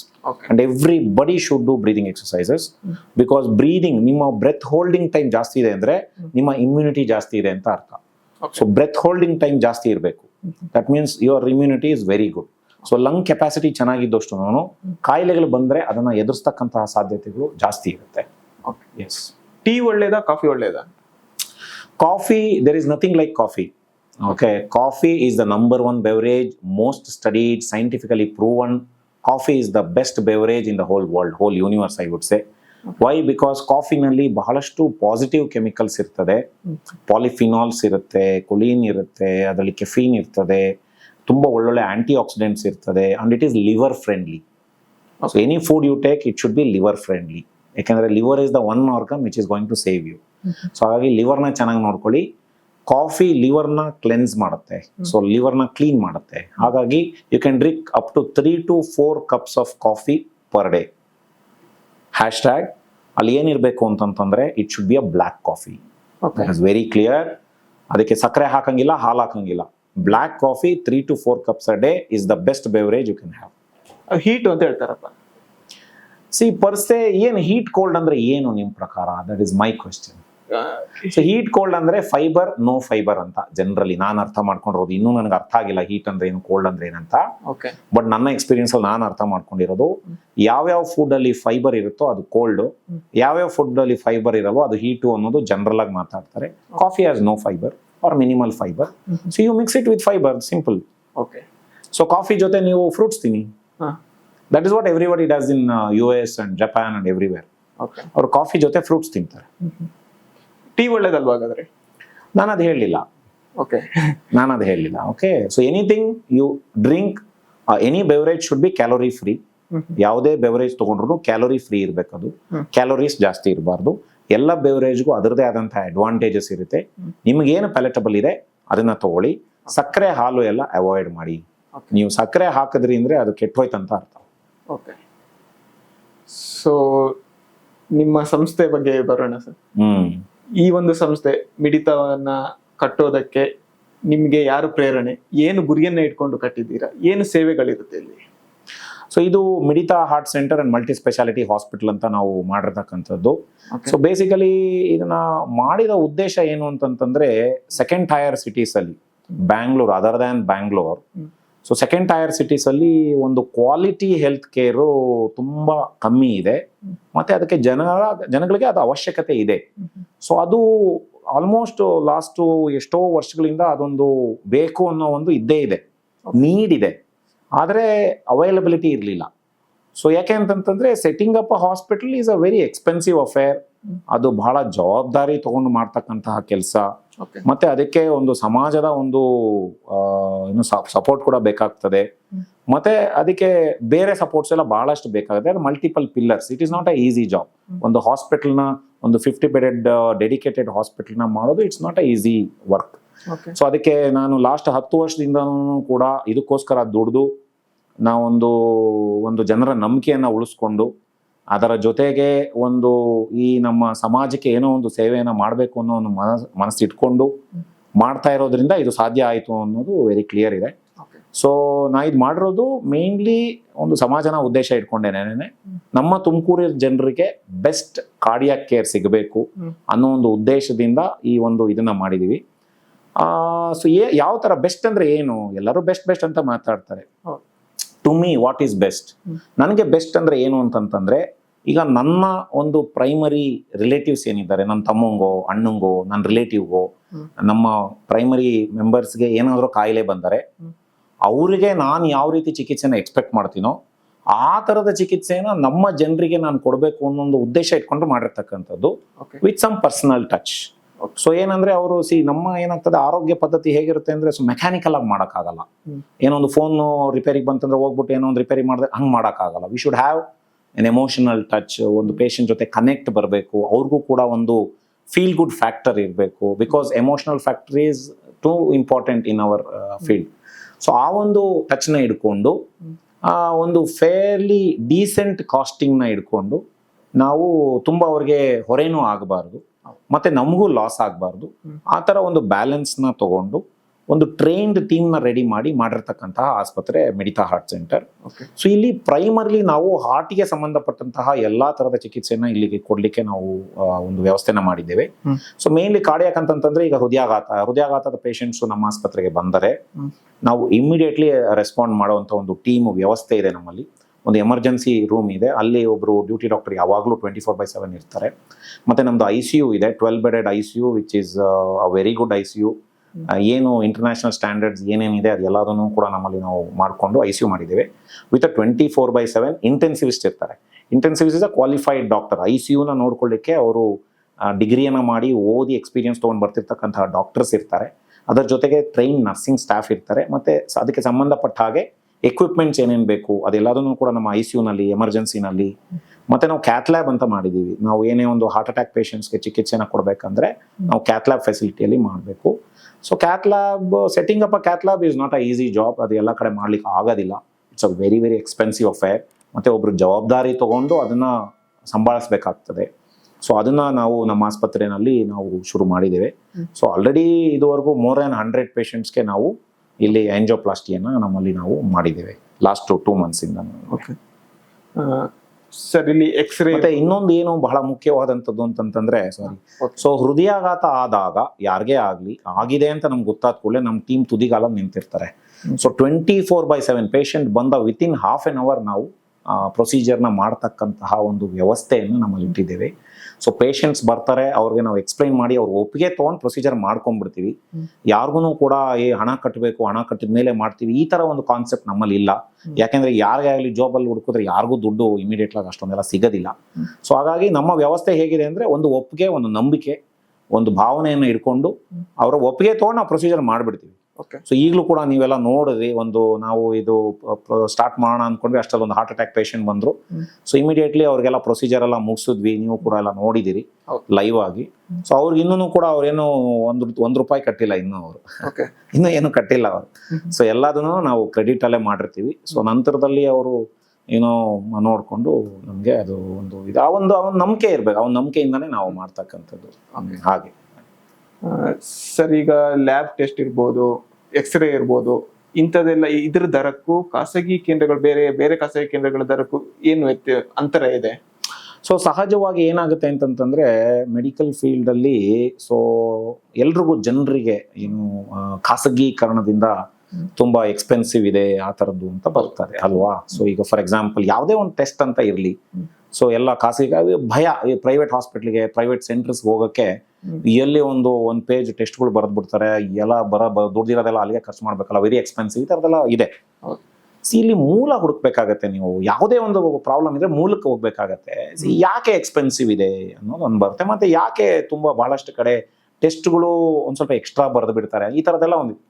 ಮೊದಲನೇದು ಏನು ಅಂತಂತಂದ್ರೆ, setting up anything is not very easy. ನಮ್ಮ ಸರ್ಕಾರ ಮಾತಾಡ್ಬೋದು is of doing business ಹಾಗೆ ಹೀಗೆ ಅಂತ. ನಾನೊಂದು ಈ ಆಸ್ಪತ್ರೆಯಲ್ಲಿ ಸೆಟಪ್ ಮಾಡಿದ್ದೀನಿ ಅಂದ್ರೆ ಅದಕ್ಕೆ 22 ಪರ್ಮಿಷನ್ಸ್ ತಗೋಬೇಕು. ನಾನು 22 ಲೈಸೆನ್ಸಸ್ ತಗೊಂಡು ನಾನು ಇಲ್ಲಿ ಕೂತ್ಕೊಂಡು ಮಾಡ್ತಾ ಇದ್ದೀನಿ ಇದನ್ನ. ಓಕೆ. ಒಂದು ಲೈಸೆನ್ಸ್ ತಗೊಳ್ಳೋದಕ್ಕೆ ಏನೇನು ಒದ್ದಾಟ ಅಂತ ನಿಮಗೆ ಗೊತ್ತಿದೆ. ನಾನು ಯಾರ್ಯಾರ ಕಾಲ್ ಇಳಿದು ಯಾರ್ಯಾರ ಹಿಂದೆ ಹೋಗಿ ಏನೇ ಮಾಡಿದ್ರೆ ಅದು ನನಗೆ ಗೊತ್ತದು. ಸೊ ಅಷ್ಟು ಇಟ್ಸ್ ವೆರಿ ಕಾಂಪ್ಲೆಕ್ಸ್ ಪ್ರೊಸೀಜರ್. ಒಂದು ಲೈಸೆನ್ಸ್ ತಗೋಬೇಕಂದ್ರೆ ಎಷ್ಟು ಓಡಾಡಿಸ್ತಾರೆ, ಎಷ್ಟು ಕಾಂಪ್ಲಿಕೇಟೆಡ್ ಇದೆ, ಎಷ್ಟು ಅದಕ್ಕೆ ಹಿಂದೆ ಓಡಾಡಬೇಕು, ಯಾರ್ಯಾರು ಏನೇನು ಮಾಡಬೇಕು, ನಾನು ವಿವರಿಸೋ ಅವಶ್ಯಕತೆ ಇಲ್ಲ. 22 ಲೈಸೆನ್ಸ್ ನಾನು ತಗೋಬೇಕು ಅಂತಂತಂದ್ರೆ ಅದಕ್ಕೆ 3 ತಿಂಗಳು 6 ತಿಂಗಳೆಲ್ಲ ಸಮಯ ತಗೊಂಡ್ಬಿಟ್ಟು ಅದಕ್ಕೆ ನಾವು ಹಿಂದೆ ಬಿದ್ದು ಮಾಡಿರ್ತೀವಿ. ಆಮೇಲೆ ಒಂದು ಹಾಸ್ಪಿಟಲ್ ನಾನು ಸೆಟಪ್ ಮಾಡಬೇಕು ಅಂತಂತಂದ್ರೆ ಒಂದು ಬೆಡ್ಗೆ 1 ಲಕ್ಷ ರೂಪಾಯಿ ಮಿನಿಮಮ್ ಖರ್ಚಾಗುತ್ತೆ. ಓಕೆ. ಯಾವುದೋ ಒಂದು ಬೆಡ್ ನಾನು ಮಾಡಬೇಕು ಅಂದ್ರೆ ಬರೀ ಬೆಡ್ಗೆ. ಸೊ ಬೆಡ್ ಬಿಟ್ಟು ಬೇರೆ ಎಲ್ಲ ಒಂದು ವ್ಯವಸ್ಥೆ ತಗೋಬೇಕು ಅಂತಂತಂದ್ರೆ ಏನಿಲ್ಲ ಅಂದ್ರೂ ಒಂದು ಬೆಡ್ ಲೆಕ್ಕ ನಾವು ತಗೊಂಡ್ರೆ ಅದಕ್ಕೆಲ್ಲ ಅಸೋಸಿಯೇಟೆಡ್ ಎಲ್ಲ ಮಾಡ್ಕೊಂಡ್ರೆ ನಿಯರ್ಲಿ ಅಬೌಟ್ ನಿಮಗೆ, ನೀವು ಸಿಂಪಲ್ ಏನು ಐಡಿಯಾ, ನೀವು ಕ್ಯಾತ್ ಲ್ಯಾಬ್ ಮಾಡಿಲ್ಲ, ನೀವು ಬೇರೆ ಮೇಜರ್ ಸಫಿಸ್ಟಿಕೇಟೆಡ್ OT ಮಾಡಿಲ್ಲ, ಬೇರೆ ಏನು ಸಫಿಸ್ಟಿಕೇಟೆಡ್ ಐಟಮ್ಸ್ ಮಾಡಿಲ್ಲ, ಒಂದು ಬೇಸಿಕ್ ಹಾಸ್ಪಿಟಲ್ ಮಾಡ್ತೀರಾ ಅಂದ್ರೆ ಒಂದು ಬೆಡ್ಗೆ 10 ಲಕ್ಷ ಲೆಕ್ಕ ಇಡ್ಬಿಡಿ. 50 ಬೆಡ್ ನೀವು ಮಾಡ್ತೀರಾ ಅಂದ್ರೆ 5 ಕೋಟಿ ರೂಪಾಯಿ ಇಲ್ದಲೆ ಆಸ್ಪತ್ರೆ ಮಾಡೋಕ್ಕಾಗಲ್ಲ. ಸೊ ಅದ್ರ ಜೊತೆಗೆ ಬೇರೆ ಏನೇನು ನೀವು ಅಡ್ವಾನ್ಸ್ಡ್ OT ಮಾಡಬೇಕು ಅಂತಂತಂದ್ರೆ ಅದಕ್ಕೆ ಒಂದು 2 ಕೋಟಿ ರೂಪಾಯಿ ಎಕ್ಸ್ಟ್ರಾ ಆಗುತ್ತೆ. ಒಂದು ಕ್ಯಾತ್ ಲ್ಯಾಬ್ ಮಾಡ್ತೀರಾ ಅಂದ್ರೆ 5 ಕೋಟಿ ರೂಪಾಯಿ ಎಕ್ಸ್ಟ್ರಾ ಆಗುತ್ತೆ. ಮತ್ತೆ ಒಂದು ಎಕ್ಸ್ಟ್ರಾ ಇವೆಲ್ಲ ಎಕ್ಸ್ಪೆನ್ಸಿವ್. ಲ್ಯಾಬ್ ಮಾಡ್ತೀರಾ ಅದಕ್ಕೆ ಎಕ್ಸ್ಟ್ರಾ ಆಗುತ್ತೆ. Everything is very expensive. ಈಗ ರಿಟರ್ನ್ ಆಫ್ ಇನ್ವೆಸ್ಟ್ಮೆಂಟ್ ಅಂತ ಬರೋಣ. ಈಗ 5 ಕೋಟಿ ರೂಪಾಯಿ ನೀವು ಕ್ಯಾತ್ ಲ್ಯಾಬ್ ಇನ್ವೆಸ್ಟ್ ಮಾಡಿ, ಆಸ್ಪತ್ರೆಗೆ ಒಂದು 5 ಕೋಟಿ ರೂಪಾಯಿ ಎಲ್ಲ ಇನ್ವೆಸ್ಟ್ ಮಾಡಿ, ಲೋನ್ ಒಂದು 8 ಕೋಟಿ ರೂಪಾಯಿ ಲೋನ್ ಮಾಡಿಬಿಟ್ಟು, ಸಬ್ಸಿಡೈಸ್ಡ್ ಏನೂ ಇಲ್ಲ. So nothing is subsidised here. Private ಡಾಕ್ಟರ್ಸ್ಗೆ, ಪ್ರೈವೇಟ್ ಇವ್ರಿಗೆ ಸರ್ಕಾರದಿಂದ ಏನೂ ಸಬ್ಸಿಡಿ ಸಿಗೋದಿಲ್ಲ. This is a commercial establishment. ಎಲ್ಲರಿಗೂ ನಾನು ಕಮರ್ಷಿಯಲ್ ಟ್ಯಾಕ್ಸ್ ಕಟ್ಟಬೇಕು, ಒಂದೊಂದು ಲೈಸೆನ್ಸ್ಗೂ ಲಕ್ಷಾಂತರ ರೂಪಾಯಿ ದುಡ್ಡು ಖರ್ಚು ಮಾಡಬೇಕು. Very very expensive. ನಾನು ಓಪನ್ ಆಗಿ ಹೇಳ್ತೇನೆ, ಎಲ್ಲರಿಗೂ ಗೊತ್ತಾಗ್ಲಿ. ಸೊ ಇದೇನಾಗ್ತದೆ, ಎಲ್ಲ ತುಂಬ ಇನ್ವೆಸ್ಟ್ ಮಾಡಿ, ನಾನು ಮಿಡ್ಲ್ ಕ್ಲಾಸಿಂದ ಬಂದಿರೋನು, ನನಗೇನು ಎಲ್ಲ ಏನು ಆಸ್ತಿ ಗೀಸ್ತಿ ಇಲ್ಲ. ನಮ್ಮ ತಂದೆ ಟೀಚರ್ ಆಗಿದ್ರು, ನಮ್ಮ ತಾಯಿ ಟೀಚರ್ ಇದ್ದಾರೆ. ನಾನು ತುಂಬ ಮಿಡ್ಲ್ ಕ್ಲಾಸ್ ಫ್ಯಾಮಿಲಿ. ನನಗೆ ಹೇಳ್ಕೊಳಕ್ಕೆ ತುಮಕೂರಲ್ಲಿ ಒಂದು ಸೈಟ್ ಕೂಡ ಇಲ್ಲ. ಸೊ ಸ್ವಂತ ಮನೆ ಇದೆ ಅನ್ನೋದು ಬಿಟ್ಟರೆ ಬೇರೆ ಏನೂ ಇಲ್ಲ. ಯಾಕಂದ್ರೆ ಹೇಳ್ತಾ ಇದ್ದೀನಿ ನಿಮ್ಗೆ. ಸೊ ಏನಾಗ್ತದೆ, ಈ ಬ್ಯಾಕ್ ಗ್ರೌಂಡ್ ಇಟ್ಕೊಂಡು ಈ ಆಸ್ಪತ್ರೆ ಮಾಡಬೇಕು ಅಂದ್ರೆ ಸುಮ್ಮನೆ ಬರೋದಿಲ್ಲ ಅದು. ನಾನು ಲೋನ್ ಮಾಡಬೇಕು. ಈಗ ಲೋನ್ ನಂದು ಎಲ್ಲ ಏನಿದೆ ಅದು ನೋಡ್ಕೊಂಡು ಸರ್ಕಾರದವರು ಲೋನ್ ಕೊಡೋದಿಲ್ಲ, ಅದು ಭಾರಿ ಹಿಂಸೆ ಇಡ್ತಾರೆ. ಸೊ ಹಾಗಾಗಿ ಪ್ರೈವೇಟ್ ಲೋನೇ ತಗೋಬೇಕು ನಾನು ಮತ್ತೆ. ಸೊ ಪ್ರೈವೇಟ್ ಲೋನ್ ತಗೋಬೇಕು ಅಂತಂತಂದ್ರೆ 10% 11% ನಿಮ್ಗೆ ಇಂಟ್ರೆಸ್ಟ್ ಬೀಳ್ತದೆ. ಒಂದು 8-9 ಕೋಟಿ 10 ಕೋಟಿ ರೂಪಾಯಿ ಲೋನ್ ತಗೊಂಡಿದ್ದೀರಾ ಅಂದ್ರೆ you have to pay the EMI. ಮತ್ತೆ ಯಾರು ಸ್ಟಾಫ್ ಹಂಗೆ ಬರಲ್ಲ, ಅವ್ರಿಗೆಲ್ಲ ನೀವು ಎಕ್ಸ್ಟ್ರಾ ಸ್ಯಾಲ್ರಿ ಕೊಡ್ಬೇಕು. ನಮ್ಮಲ್ಲಿ ಟೆಕ್ನಿಷಿಯನ್ ಅಂದ್ರೆ ಅವರೆಲ್ಲ ಬಹಳ ಸ್ಪೆಸಿಫಿಕ್ ಇರ್ತಾರೆ. ಅವ್ರನ್ನೆಲ್ಲ ನಾನು ಕರ್ಕೊಂಬಂದು ಅವರಿಗೆ ಮನೆಗೆ ಒದಗಿಸಿ, ಅವ್ರಿಗೆ ಸ್ಟೇ, ಅವ್ರಿಗೆ ಫುಡ್, ಅವ್ರಿಗೆ ಸ್ಯಾಲ್ರಿ, ಅದನ್ನೆಲ್ಲ ಹ್ಯಾಂಡಲ್ ಮಾಡಬೇಕು. ಆಮೇಲೆ ಹೌಸ್ ಕೀಪಿಂಗ್ ಹ್ಯಾಂಡಲ್ ಮಾಡಬೇಕು. ಮತ್ತೆ ಬೇರೆ ಎಲ್ಲ ಕನ್ಸ್ಯೂಮಬಲ್ಸ್ ತುಂಬಾ ನಮ್ಮಲ್ಲಿ ಒಂದೊಂದು ಐಟಮ್ ವೆರಿ ಎಕ್ಸ್ಪೆನ್ಸಿವ್. ಎಲ್ಲ ಕನ್ಸ್ಯೂಮಬಲ್ಸ್ ಜಾಸ್ತಿ. ಕಾಟನ್ ಪ್ಯಾಡ್ಸ್ ಇರ್ಬೋದು, ಡ್ರೆಸ್ಸಿಂಗ್ ಸೆಟ್ಸ್ ಇರ್ಬೋದು, ಅಥವಾ ಏನೋ ಫಾರ್ಮಸಿ ಮೆಡಿಸಿನ್ಸ್ ಇರ್ಬೋದು, ಎಲ್ಲದು ತುಂಬಾ ಎಕ್ಸ್ಪೆನ್ಸಿವ್. ಯಾವುದಕ್ಕೂ ಸರ್ಕಾರದಿಂದ ಸಬ್ಸಿಡಿ ಇಲ್ಲ, ಯಾವುದನ್ನು ಅವ್ರು ಇದು ಮಾಡಿಲ್ಲ. ಸೊ ಹಾಗಾಗಿ ಏನಾಗುತ್ತೆ, everything drops down to cost. Everything cost. ಏನ್ ಮಾಡ್ಲಿಕ್ಕೆ ಆಗ್ತದೆ? ಇಷ್ಟೆಲ್ಲ ಪ್ರೆಷರ್ ಇರುವಾಗ, ಇಷ್ಟೆಲ್ಲ ಇಂಥ ಎಮರ್ಜೆನ್ಸಿ ಎಲ್ಲ ಬರುತ್ತೆ, ಆಗ ನಿಮಗೆ ಕರೆಕ್ಟ್ ಟೈಮಿಗೆ ಊಟ ಮಾಡೋದಕ್ಕಾಗೋದಿಲ್ಲ, ಫುಡ್ ಕನ್ಸ್ಯೂಮ್ ಮಾಡೋದಕ್ಕಾಗೋದಿಲ್ಲ. ಆ ಟೈಮಲ್ಲಿ ಏನ್ ಮಾಡ್ತೀರಾ, ಹೆಂಗ್ ಮೇಂಟೈನ್ ಮಾಡ್ತೀರಾ? At the end of the day that become second priority. ಅವಾಗ ನನಗೆ ಪೇಷಂಟ್ ಬಿಕಮ್ಸ್ ಫಸ್ಟ್ ಪ್ರಯಾರಿಟಿ. ಅರ್ಥ ಆಯ್ತಾ? ಇವತ್ತು ಈಗ ಶಿವರಾತ್ರಿ, ಇವತ್ತು ನಾನು ಬೆಳಗ್ಗೆ ಪೂಜೆ ಮಾಡ್ತಾ ಇದ್ದೆ, ಅವಾಗ ಕಾಲ್ ಬಂತು. ಸೊ ಅಲ್ಲೇ ಪೂಜೆ ಮುಗಿಸ್ಬಿಟ್ಟು ನಾನು ಇಮಿಡಿಯೇಟಾಗಿ ಬರಬೇಕಾಯ್ತು. ವಿತಿನ್ 5 ಮಿನಿಟ್ಸ್ ನಾನು ಹಾಸ್ಪಿಟಲ್ ರೀಚ್ ಆಗಬೇಕು. ವಿತಿನ್ 10 ಮಿನಿಟ್ಸ್ ಪೇಷಂಟ್ ರೆಡಿ ಆಗಬೇಕು. ವಿತಿನ್ 15 ಮಿನಿಟ್ಸ್ ಪೇಷಂಟು ಕ್ಯಾಥ್ಲ್ಯಾಬಲ್ಲಿ ಇರಬೇಕು. ನಾನು ಇನ್ ದ ನೆಕ್ಸ್ಟ್ 15 ಮಿನಿಟ್ಸು ಪ್ರೊಸೀಜರ್ನ ಅರ್ಧ ಮುಗಿಸಿರ್ಬೇಕು. ಅಲ್ಲಿ ಬ್ಲಾಕ್ ಆಗಿರೋ ರಕ್ತನಾಳ ಓಪನ್ ಆಗಿಬಿಡ್ಬೇಕು. ಸೊ ಇದನ್ನ ನಾವು ವಿತಿನ್ 30 ಮಿನಿಟ್ಸ್ ಮಾಡಬೇಕು. ಪೇಷಂಟ್ ಡೋರ್ ಇಂದ ಎಂಟರ್ ಆಗಿ ನಾನು ಒಳಗಡೆ ಬಲೂನ್ ನಿಮಗೆ ತೋರಿಸಿದ್ನಲ್ಲ, ಆ ಬಲೂನ್ ಒಳಗಾಕಿ ಇನ್ಫ್ಲೇಟ್ ಮಾಡೋ ಅಷ್ಟು ವಿತಿನ್ 30 ಮಿನಿಟ್ಸ್ ಅದು ಮಾಡಿರಬೇಕು. That is our target. Okay, that is our target. I have given my team that target. I have kept myself that target. Okay, ಅದಾಗಲಿಲ್ಲ ಅಂತಂತಂದ್ರೆ ನಮ್ಮ ಕ್ವಾಲಿಟಿ ಕಮ್ಮಿ ಆಯ್ತಂತ. ಸೊ ಅದನ್ನ ಮಾಡಬೇಕು ಅಂತಂತಂದ್ರೆ ಎಲ್ಲ ಸೆಕೆಂಡ್ರಿ ಆಗೋಗ್ಬಿಡುತ್ತೆ. That becomes first priority. Very clear. So heart attack patient ಬಂದ್ರೆ everything goes back. This is the first thing. As a priority ಮಾಡ್ಬಿಡ್ಬೇಕು. ಹೌದು ಸರ್. ಎಷ್ಟು ವರ್ಕ್ಗಳಿರುತ್ತೆ ಆ ಟೈಮಲ್ಲಿ ನಿಮ್ಮ ಡಯಟ್ ಏನಿದೆ, ನಿಮ್ಮ ಫುಡ್ ಕನ್ಸ್ಯೂಮ್ ಏನಿದೆ, ಅದು ಪೋಸ್ಟ್ಪೋನ್ ಆಗುತ್ತೆ. ಇಂಥ ಟೈಮಲ್ಲಿ ನಿಮ್ಮ ಒಂದು ಇದನ್ನ ಹೆಂಗೆ ಹೇಳ್ತೀನಿ? ಹೌದು. ಸಿ ಡಾಕ್ಟರ್ಸ್ ಜಾಬ್ ಅಂತಂತಂದ್ರೆ ಎಸ್ಪೆಷಲಿ ಈಗ ಕಾರ್ಡಿಯಾಲಜಿಸ್ಟ್ಗೆಲ್ಲ ತುಂಬಾ ಒತ್ತಡಗಳಿರುತ್ತೆ. ಸೊ ಸ್ಟ್ರೆಸ್ ಲೆವೆಲ್ ಎಲ್ಲ ತುಂಬಾ ಹೈ ಇರುತ್ತೆ. ಸೊ ಸ್ಟ್ರೆಸ್ ಲೆವೆಲ್ನ ಕಮ್ಮಿ ಮಾಡ್ಕೊಳ್ಳೋದಕ್ಕೆ V should have our own techniques. Okay. So ಒಬ್ಬೊಬ್ರು ಒಂದೊಂದು ಟೆಕ್ನಿಕ್ನ ಡೆವಲಪ್ ಮಾಡ್ಕೊಂಡಿರ್ತಾರೆ. ಈಗ ನಂದು ಒಂದೇ ಆದಂತ ಒಂದು ಟೆಕ್ನಿಕ್ಸ್ ಇರ್ತಾರೆ ಸ್ಟ್ರೆಸ್ ಲೆವೆಲ್ ಕಮ್ಮಿ ಮಾಡ್ಕೊಳ್ಳೋಕೆ.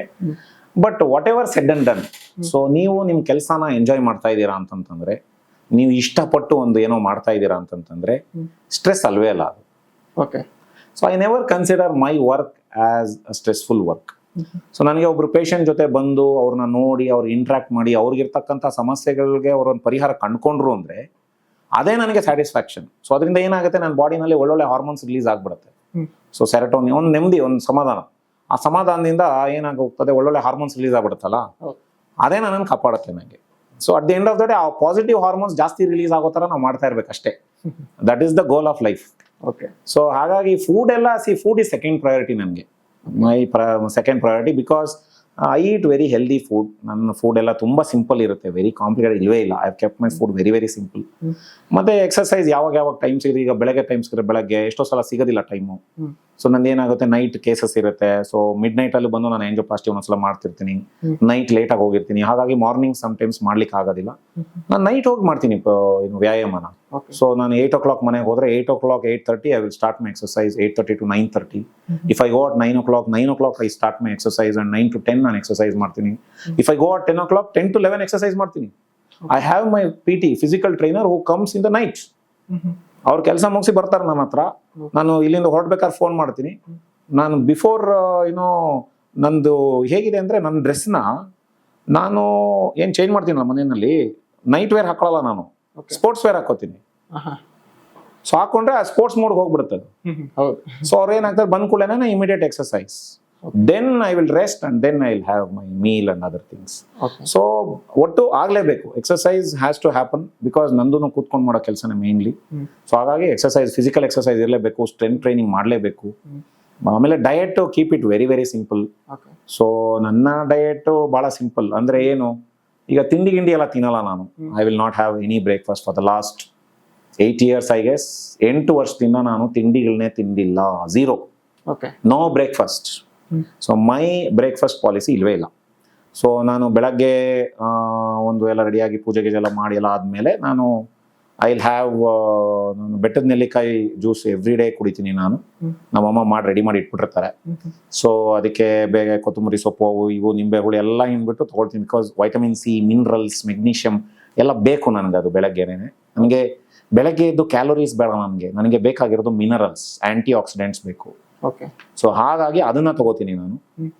2 ಗ್ಲಾಸ್ ಕುಡಿತೀನಿ ಜನರಲಿ. ಅದಾದ್ಮೇಲೆ ನಾನು ಬರ್ತೀನಿ, ರೌಂಡ್ಸ್ ಮಾಡ್ತೀನಿ, ಪೇಷಂಟ್ಸ್ ಎಲ್ಲ ನೋಡೋದು, ಇಂಟ್ರಾಕ್ಟ್ ಮಾಡೋದು, ನಮ್ಮ ಸ್ಟಾಫ್ ಜೊತೆ ಇಂಟ್ರಾಕ್ಟ್ ಮಾಡೋದು, ಅವತ್ತಿನ ಕೆಲ್ಸಗಳು ಏನೇನಿದೆ ಎಲ್ಲರಿಗೂ ಒಂದು ಮೀಟಿಂಗ್ ತಗೊಂಡು ಅವರಿಗೆಲ್ಲ ಒಂದು ಕೆಲ್ಸಗಳು ಹಂಚೋದು, ಈ ಥರದ್ದೆಲ್ಲ ಮಾಡಿಕೊಂಡು ಆಮೇಲೆ I do the rounds and I come to the OPD. Around 11:30 I will have a glass of black coffee. So black coffee ತಗೋತೀನಿ. ಅದಾದ್ಮೇಲೆ around 1 o'clock or maybe sometimes 2 o'clock, sometimes 3 o'clock. So I'll have my midday meal.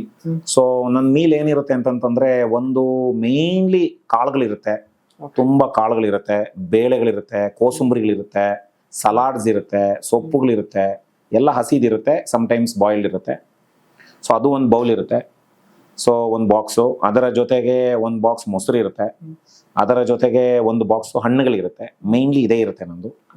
Times ನಾನು ತುಂಬ workout ಮಾಡಿದ್ರೆ protein meal ತೊಗೋತೀನಿ, protein powders use ಮಾಡ್ತೀನಿ ನಾನು, protein supplements ಥರ.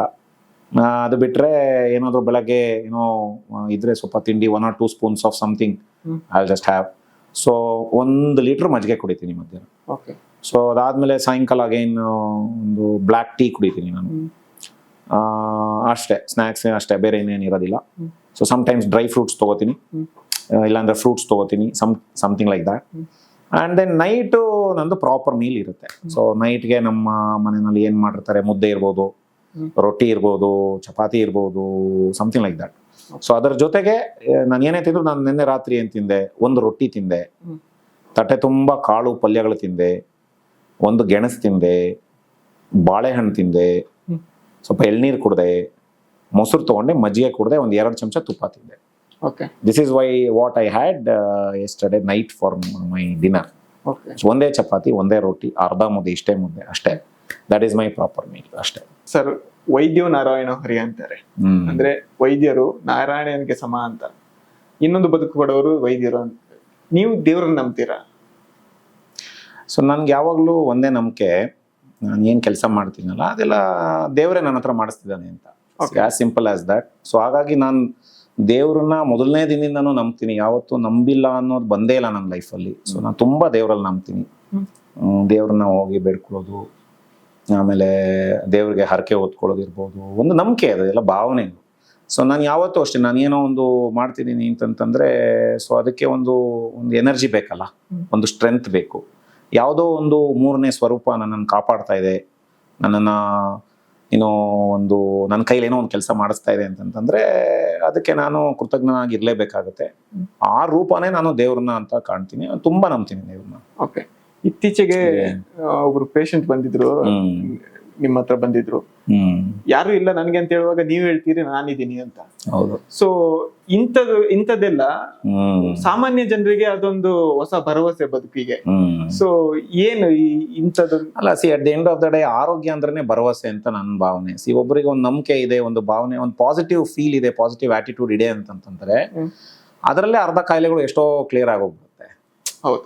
So ಪಾಪ ಏನಾಗುತ್ತೆ, ಈಗ ತುಮಕೂರು ಅಂತ ಸಿಟಿನಲ್ಲಿ ಏನಾಗೋಗುತ್ತೆ, ಬಹಳಷ್ಟು ಜನ ಅವರ ಮಕ್ಕಳು, ನನ್ನ ಫ್ರೆಂಡ್ಸೇನೆ ಎಷ್ಟೊಂದು ಜನ ಇದ್ದಾರೆ, ಅವರೆಲ್ಲ ಪಾಪ ಬ್ಯಾಂಗ್ಳೂರಲ್ಲಿ ಕೆಲಸ ಮಾಡ್ತಿರ್ತಾರೆ, ಎಷ್ಟೋ ಜನ ಅಬ್ರಾಡಲ್ಲಿ ಇದ್ದಾರೆ. ಸೊ ಬಟ್ ಫಾರ್ಚುನೇಟ್ಲಿ ನಾನು ತುಮಕೂರಿಗೆ ಬಂದೆ, ಬಿಕಾಸ್ ನಂದು ಒಂದು ಪ್ರೊಫೆಷನ್ ಹಂಗಿತ್ತು, ನನಗೆ ಬರಬೇಕು ಅನ್ನೋದು ಬಹಳ ಇತ್ತು. ಬಂದೆ, ಏನೋ ಅಗೇನ್ ದೇವ್ರೆ ಹೆಂಗೆ ಮಾಡಿಸಿದ್ದು ಅಂತ ನನ್ನ ಭಾವನೆ. ಬಂದೆ, ಆಯಿತು. ಸೊ ಅವ್ರು ಎಲ್ಲರೂ ಏನಾಗ್ತದೆ, ಅವರೆಲ್ಲ ನನಗೆ ಜವಾಬ್ದಾರಿ ಕೊಟ್ಟಿದ್ದಾರೆ ನನಗೆ. ಅವರೆಲ್ಲ ಎಲ್ಲೆಲ್ಲ ಪಾಪ ಅವ್ರ ದುಡ್ಡು ಮೇಲೆ ಇರ್ತಾರೆ. ಅವ್ರ ತಂದೆ ತಾಯಿಗಳನ್ನ ಎಷ್ಟೋ ಜನ ನಾನೇ ನೋಡ್ಕೊಳ್ತಾ ಇದ್ದೀನಿ ಇಲ್ಲಿ. ಅವ್ರ ಪಾಪ ಆರೋಗ್ಯದ ದೃಷ್ಟಿನಲ್ಲಿ ಬರ್ತಾರೆ, ತೋರಿಸ್ತಾರೆ ಅವ್ರದ್ದು ಏನೇನಿದೆ ಅದೆಲ್ಲ. ಸೊ ಅದರಲ್ಲಿ ಏನಿದೆ, I mean there is nothing wrong in that. Okay. So ಅವ್ರಿಗೊಂದು ಭರವಸೆ, ಇದಪ್ಪ ನಮ್ಮ ಡಾಕ್ಟರ್ ಇದ್ದಾರೆ, ಈ ಥರದ್ದು ಏನೋ ಒಂದು ಸಮಸ್ಯೆಗಳಾದ್ರೆ ಸ್ಪಂದಿಸ್ತಾರೆ.